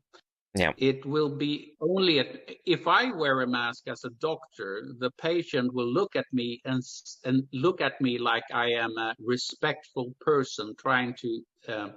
They won't look at me and see a slave. They'll look at me and see a respectful individual trying to protect them from a virus. And this respect is seen in Asian countries where they have packed tubes. They pack themselves into public transport, but they wear face masks out of respect, not to breathe. Yeah. Because breath in your face from another person is like, it's not nice to get another person's breath on your face when you're standing packed in a public transportation. And that goes away when you have a mask. The breath reflects back to you. So it's significantly reduced. And so another argument that these people use with respect to masks is that you're going to cause more infection because you're rebreathing your bacteria and viruses. What do you say to people in that situation?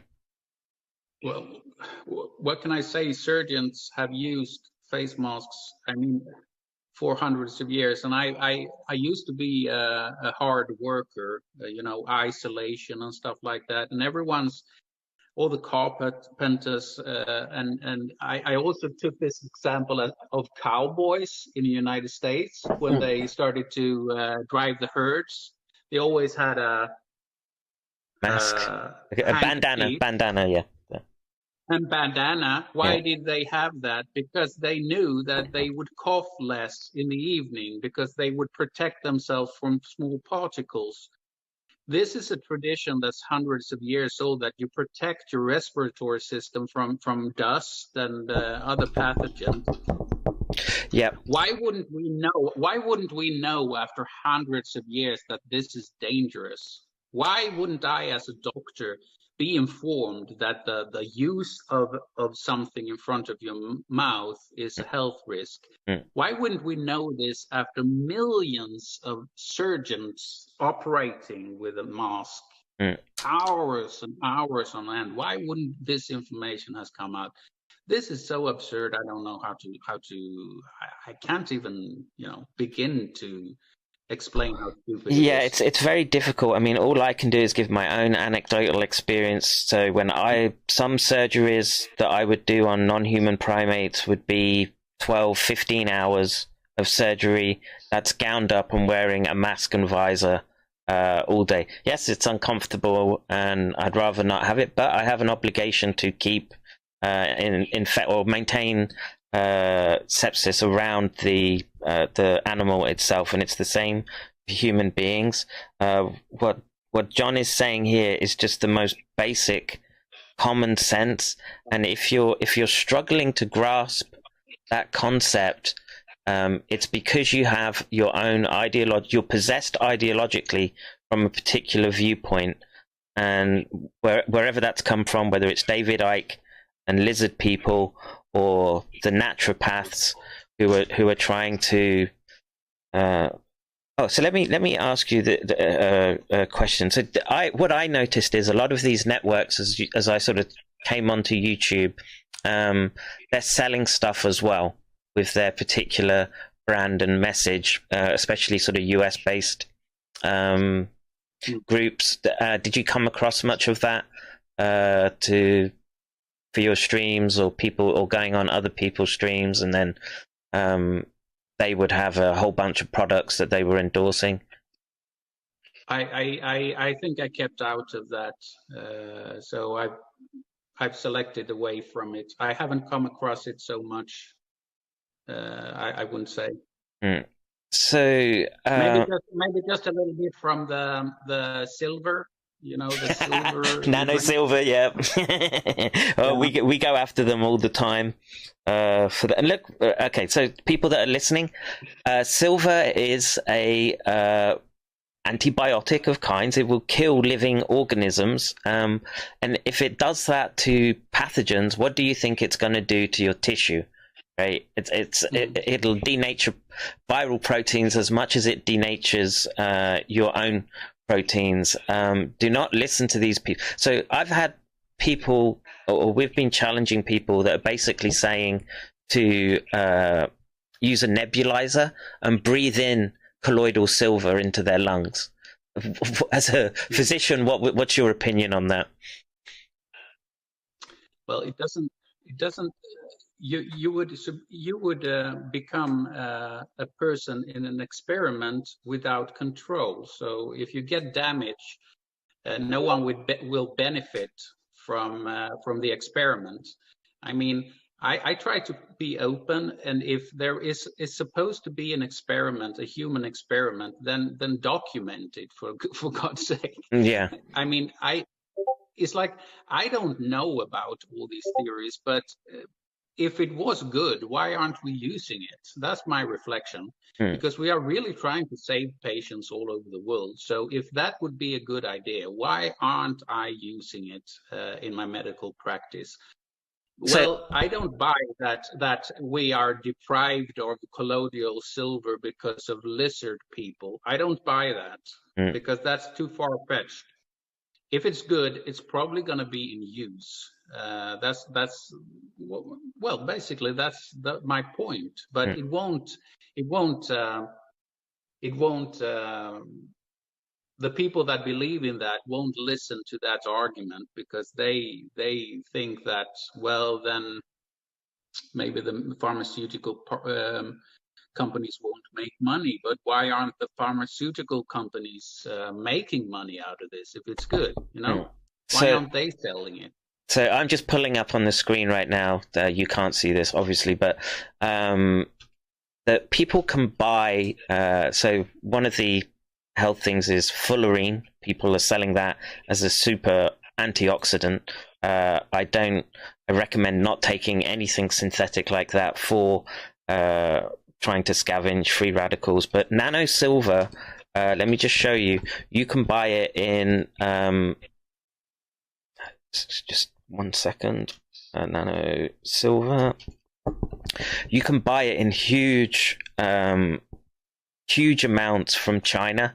Okay, very, very high parts per million, and these people are selling it at pennies. You know, they buy it for pennies, and they're selling it at tens of dollars to people who are worried and concerned about their health and looking for these alternatives.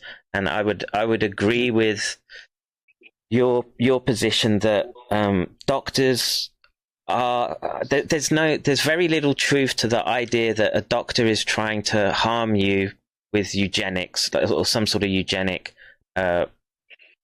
process. I've worked with clinicians, surgeons, and I never saw anything like that. I saw what was evidence, or what tried to be evidence-based medicine. And we try. I mean, we try. Most doctors actually try to do their best. It's what went wrong in Sweden was when there is directions from the top that says you're supposed to do this and this. There will be pressure on us, and we might do the wrong thing with directions. So, but if you go back to the individual, every individual tries to do the best for their patients. There's no conspiracy there where doctors all over the world is trying to deprive humanity of a perfect medicine. You're gonna have to believe that, and if you don't, well, that's a neuropsychiatric disorder. You've strayed into paranoia and don't stray too far. We're gonna have to. And it's like if I have a mission, if I have a secondary mission now on my Facebook, it's actually to be there as like a balance between the official narrative and the really crazy narrative, so that, you know, people trust me because I actually do stand up to the government. So I have trust in people who don't trust government, and hopefully I can be like a stable person that you can look at and see that, yeah, but he doesn't stray into those complete you know, crazy conspiracy. We had a group right now speaking in Stockholm saying that there is no virus, it's all about control. Well, there is a virus and it's dangerous. Stop, you know, just stop it. We're gonna have to, even though it's an insane world right now, us who speak up, we're gonna have to try to demonstrate some sort of saneness. And be responsible about what we're talking about. Yeah, and so I think that's an important point here, that, and we were speaking about this before we started streaming, is that it's okay for people to go looking for information. The problem is when you're going too far down a particular rabbit hole and you don't have the real life experience of what it means to maintain a patient or interact with biology at a sort of technical level. And again, I would say, please read the scientific papers. Don't move away from the more extreme end of the thinking. This of course, I have a lot of empathy for people straying away, because right now in Sweden, the worst of the worst is Tegnell. He's spreading lies and disinformation, So people are bound to understand that he is talking crazy, like you don't get infected on the tube. People are going to listen to that and go, no, he's lying. There's something else. So they're bound to go out on the internet and try to find the truth. And it's very difficult to navigate and to find like a reasonable position. All I can say is that, look, I am not in together with the lizard people. or just even the oligarchs, right? I tend to use the phrase oligarchs. I'm not a Russian spy. I'm just one father of 4 children. I'm trying to do the best for my patients.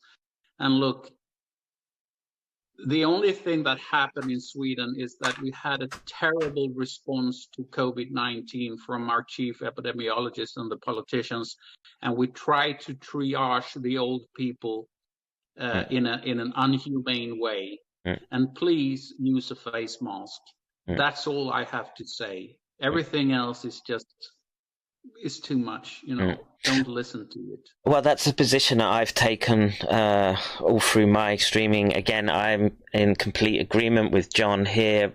While we're unsure precisely what this agent is, and there's a lot of evidence that it has been manipulated, and I would just go with the most simple explanation that lab in Wuhan had a failure in protocol. It happens all the time in those institutes, and I'm sure you can think of occasions, John, where you've seen mistakes happen in a clinical environment. Yeah, so if you play with fire, there's gonna be a fire. Yeah, you get burned. You get burned, and again, I would say listen or try to weigh up what John is saying. He's, like I said, he's a father of 4. I'm a father of 3, and mine are young children. And it's tough standing up in front of the public and taking on these positions and calling out. Well, especially John's case, where it's actually the establishment. I'm more focused on internet weirdos more than anything, but something that John has done is huge. It's huge to be calling that out, and the more support that we can get in this sort of, I hope, middle ground between the extreme positions on the establishment or the fringe side of the conspiracy-like thinking, we need help right now, and there's too many people who are going either way around this, and they're not coming to this center ground. And what we need right now is and what's come up is the support of the mainstream media for what I have said. So I've been supported indirectly by mainstream media. So all of this is out now, and that's important. And we need to have a discussion about real events that really took place and ask the people in charge real questions, tough questions. And we need to discuss this, and we need to bring this out of the quagmire of internet rumors and bring it into the mainstream. And that's why I'm still saying yes to interviews and to talk to you, for instance, because I feel I have a responsibility to not only bring this out bring this into light in a way that is responsible. This is what happened. We have the proof. I have the documents. You can read them yourself. This is what really happened, and it's all out there, but it's only that. It's not more. It's not lizard people. Please. And it's not 5G. It's not 5G, right? And this is, and I would put forward. And it's enough. What I've said is enough. Yeah. It's enough for 100 years of debate. It's enough. Yeah. And that one point that John has raised, plus the fact that it's likely a lab leak, okay, and you don't have to talk about bioweapons, etc. It can just be a failure of protocol in the lab. Something's got out, and we're in this situation right now. And if everyone is, I don't want to say panicking. It's not panicking. It's a form of adaptation, and people are trying to find an area where they're psychologically comfortable. And I don't know about you, but we're trying to find. It's like if you sweep if you're in water and a wave sweeps your foot off the ground, you will try to like get. We're all trying to land on our 2 feet right now. We're all trying to find firm ground to stand on. All of us. We're trying to understand what happened and why, and it's an important process. But when we do that, we can't stray off into the ocean because we will get lost. Go into to the shore, you know. Yeah, this is. I think I could put on the lighting is going down here, so you can't see me. I'll switch. Yeah, no problem. So again, I would just. So here I am. Yeah, very, very quick. It was easy. Again, I would just what John said about us trying to find our feet. It's the same with the experts right now. A lot of people just don't know what it is that we're dealing with, and speaking. Look at Denmark. That is a very interesting point. You know, I am in the area now. Actually, I'm in quarantine. Did you know that? Were you the super spreader? Did you bring it from Sweden? No, look in Denmark. Right, it's the civets, yeah, the mink.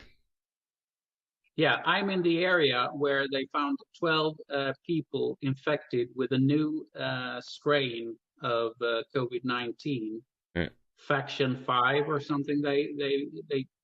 It's where the receptor is mutated in a way that vaccines won't be effective against it. And Denmark has now shut down all, so we can't. So I'm actually in inside of a zone of so I can't leave the region right now. So I'm stuck here in Denmark. So let me just very responsible. So in that responsible action, let's just establish how that looks with the boundary conditions that you're working under. I presume there's not armed soldiers at the end of your street doing this. They've just asked, please maintain these boundaries, please, and they're probably observing the edge, right? I don't know. I think if you stray away from your municipality and are not allowed to, you will probably get a fine because they're not. Denmark is harsh on this. They give fines to people that don't. So that you will obey it. So. And let's be clear here. It's like I'm in a zone that might be a new Wuhan right now. And let's be clear here for those that think there's no virus. Denmark my understanding is that they noticed the mutation from July, but they've now got more people and they've localized it to the minks. And Denmark has killed, I want to say it's 17 million. Yeah, something like that. 17. They are going to kill 17 million minks. Those are very valuable animals, and they will burn them all to stop Denmark from becoming ground zero like Wuhan for a new strain that might be. I mean, they are taking an enormous precaution because it's unlikely that it will be horrible, but they are very responsible. It's like they do not want to turn Denmark into a new Wuhan. I mean, especially this is the season. This is the start of the flu season, and if you've got something that's this unknown, it would be irresponsible of the authorities to just say, "Oh, we'll let this one go," right? And So they are acting in an extremely. So everyone in my region is going to be tested for that strain. So they will keep a tight look at this, and because if this new strain that is, there are other mutations to differ. There are other mutations of COVID-19, but they're not big enough mutations for vaccines not to be effective.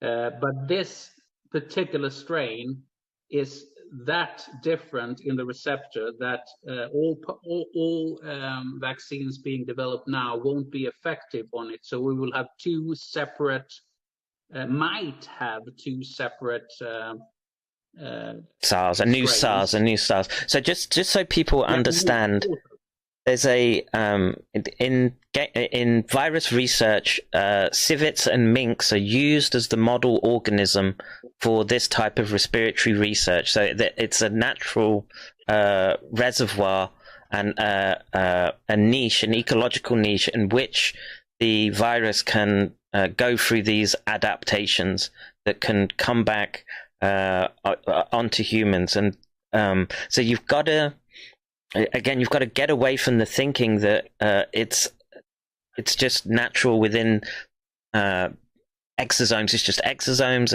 and issues that are they take up a lot of time trying to debunk. But you don't go killing 17 million mink by putting them through a wood chipper if it's not real, right? I had on Twitter recently someone saying, and now they found a lot of these minks. And I was like, no, they didn't find them. They actually found them. And that's a big difference, because you do not risk a huge industry. I mean, who would a government agency just killing off? There are over 200 farms that are crushed by this. This is basically 200 people's lives' work that is burned, and you do not do that to promote fear in the population of a nation of 5 million people so that you can control them with masks or whatever. No, please don't go down that rabbit hole. Don't. You will not get out of it ever. This is not a conspiracy. This is a really, really responsible. And one of the reasons I moved to Denmark was because they had clear directions. Give oxygen to people that can't breathe. So I went here because here I can function as a doctor without breaking the Hippocratic Oath.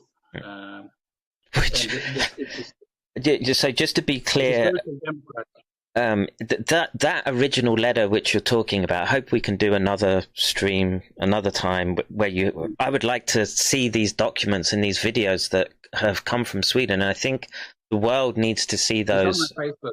I have one Facebook post that I can link to you where all the evidence is collected. So you can clickable, it's like 20 or 30 links. And you can actually put that Facebook post up and everyone can go in, because it leads to my own hard drive, all of them. So it's all there. It has to get tracked. Yeah, so I'm sort of thinking we can, because this is our first sort of dialogue and discussion, and I think we've been going 3 hours already. This Joe Rogan, we've been talking 3 hours.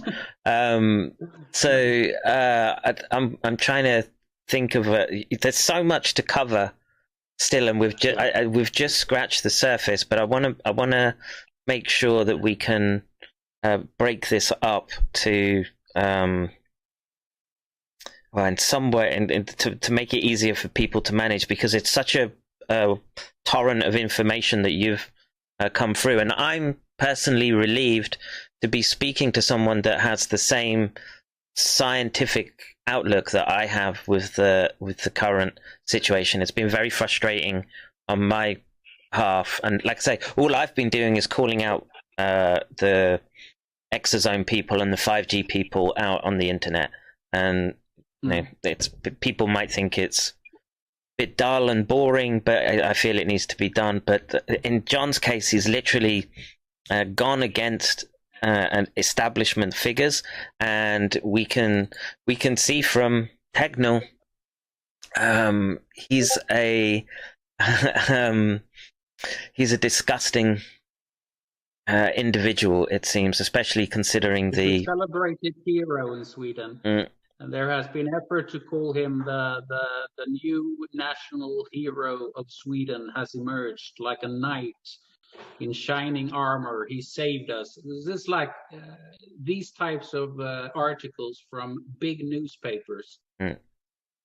This And- is and It, Yeah. it's a When psyop you on read their this behalf. It's a psyop on their behalf to hide or take people's attention away from, like as you say, genocide. It's an embarrassment for Sweden, and I think that if we have an embarrassment on our hands, the first thing to do is to openly open up Pandora's box, dissect the embarrassment, take the proper, make the proper adjustments,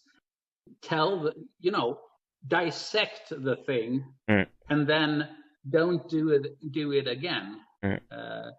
If you silence something, it will get its own life, and it will seep in, seep out. It will become part of a dark secret. Like we have lots of those. We did in the 50s and as late as the 70s. We castrated people that weren't that we felt wouldn't be good parents, for instance, and all of this. It's gonna come back on us time and time again. Yes. We have to take it apart immediately and ask the responsible people, why did you do this, and not let them off the hook.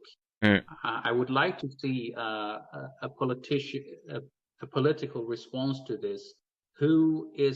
Who do we fire right now? We have to fire someone. Tegnell, at least, right? He needs just one person. Yeah. So I would, like I say, I think this is a dialogue that goes. Say we've just started, because like I say, if you're doing the scientific approach, you are you're obligated by these ethics. Whilst I was working, I had to sign every year that I'm going to comply with the Institute's ethics, the standards, international standards, etc. Especially if you're working with primates, that's a big issue, and even more so with human beings. And like I say, it's what John has done is, it's up there with Snowden and. I forget the other Swedish individual who's arrested by the British. What's his name? WikiLeaks guy. No, he's not. Julian Assange. He's not Swedish. He's He's not? Australian.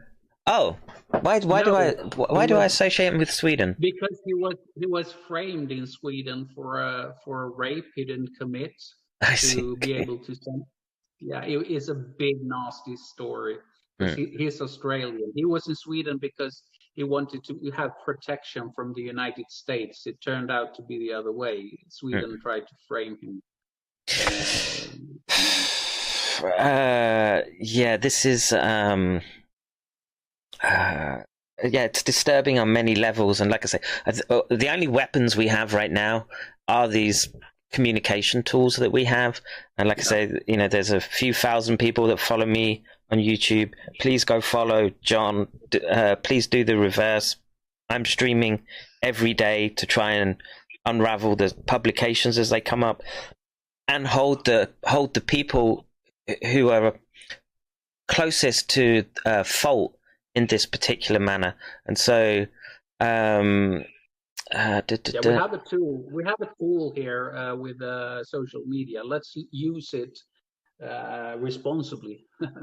Yeah, and that's what I'm trying to do right now. And I see we have Dr. Richard Fleming in our chat right now.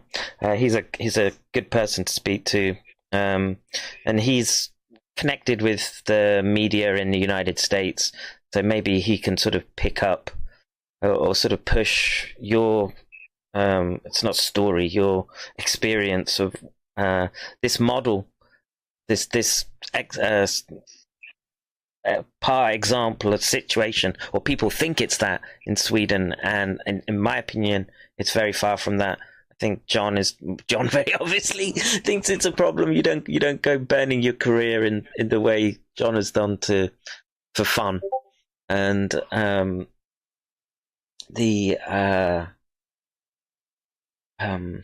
yeah, I'm like I say, I'm not sure where to sort of take.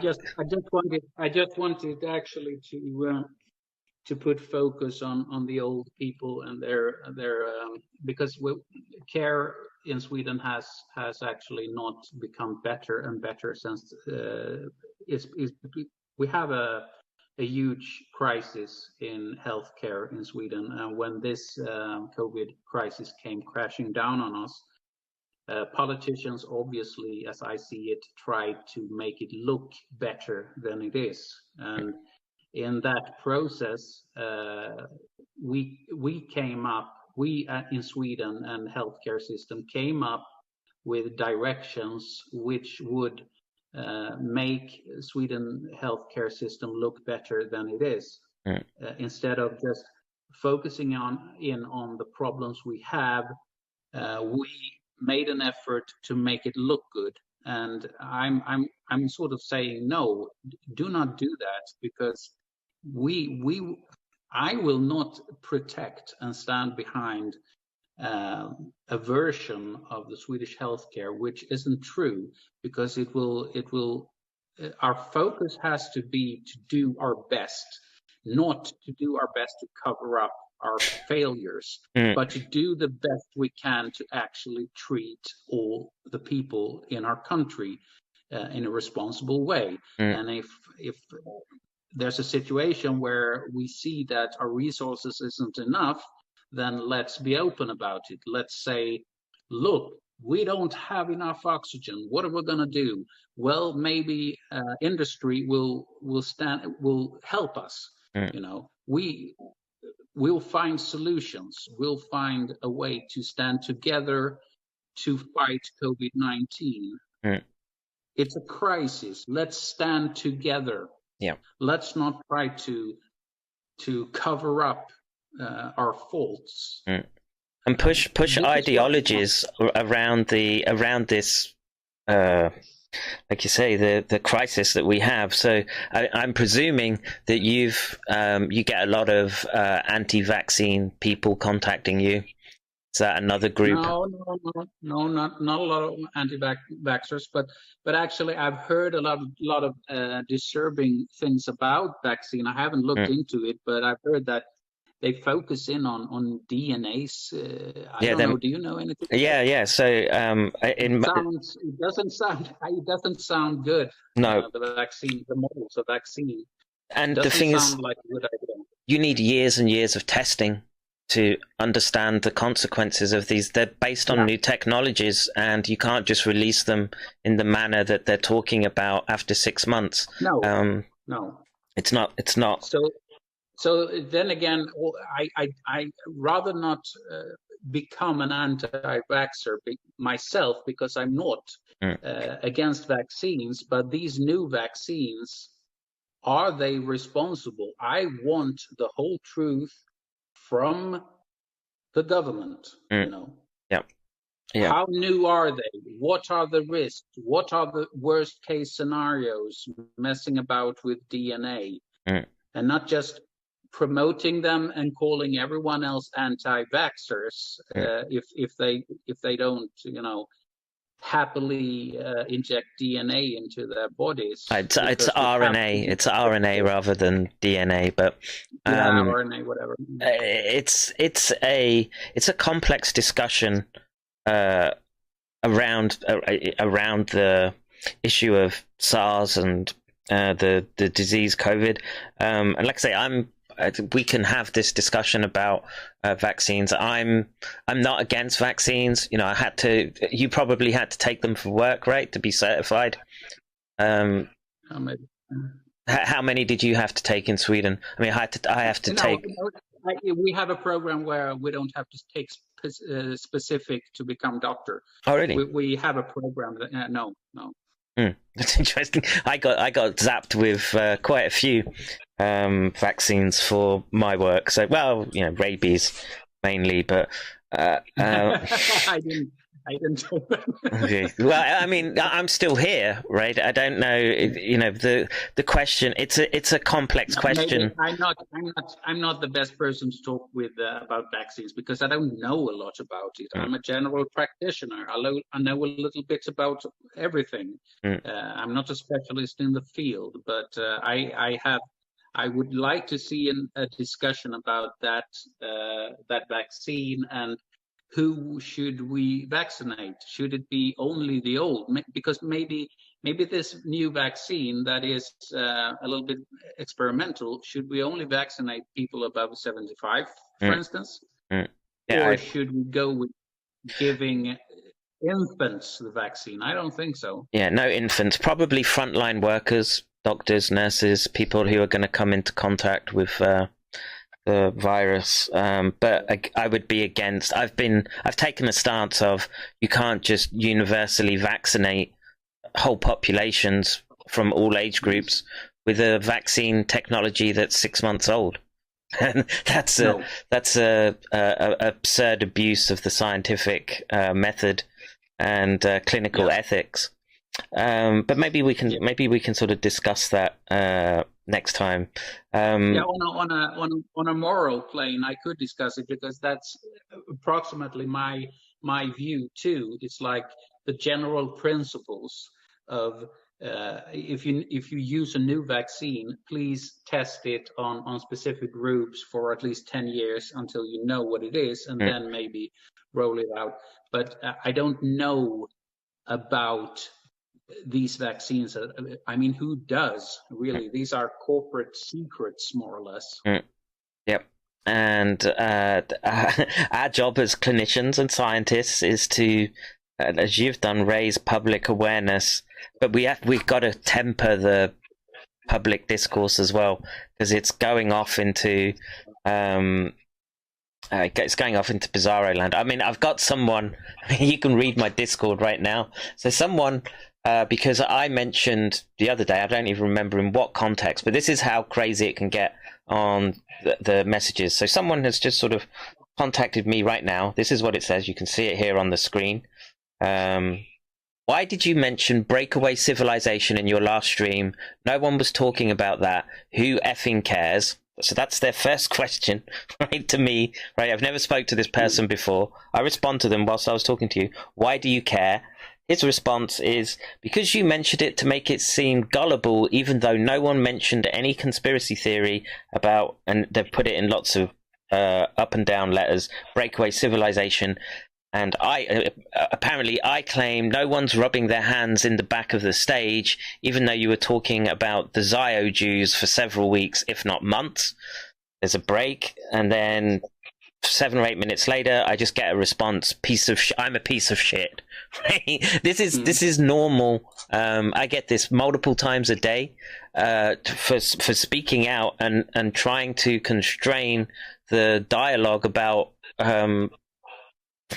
what we're dealing with around this crisis. And I bet, like I say, I bet your inbox is full of similar stuff as well. So people need to. I'm a bit protected in the way that I have all these channels, but I only look at the comments on my personal Facebook. So I try to limit my contact with the world because and I'm on Twitter, but I have sort of a group that on Facebook that aren't that conspiratorial. They leave after a while.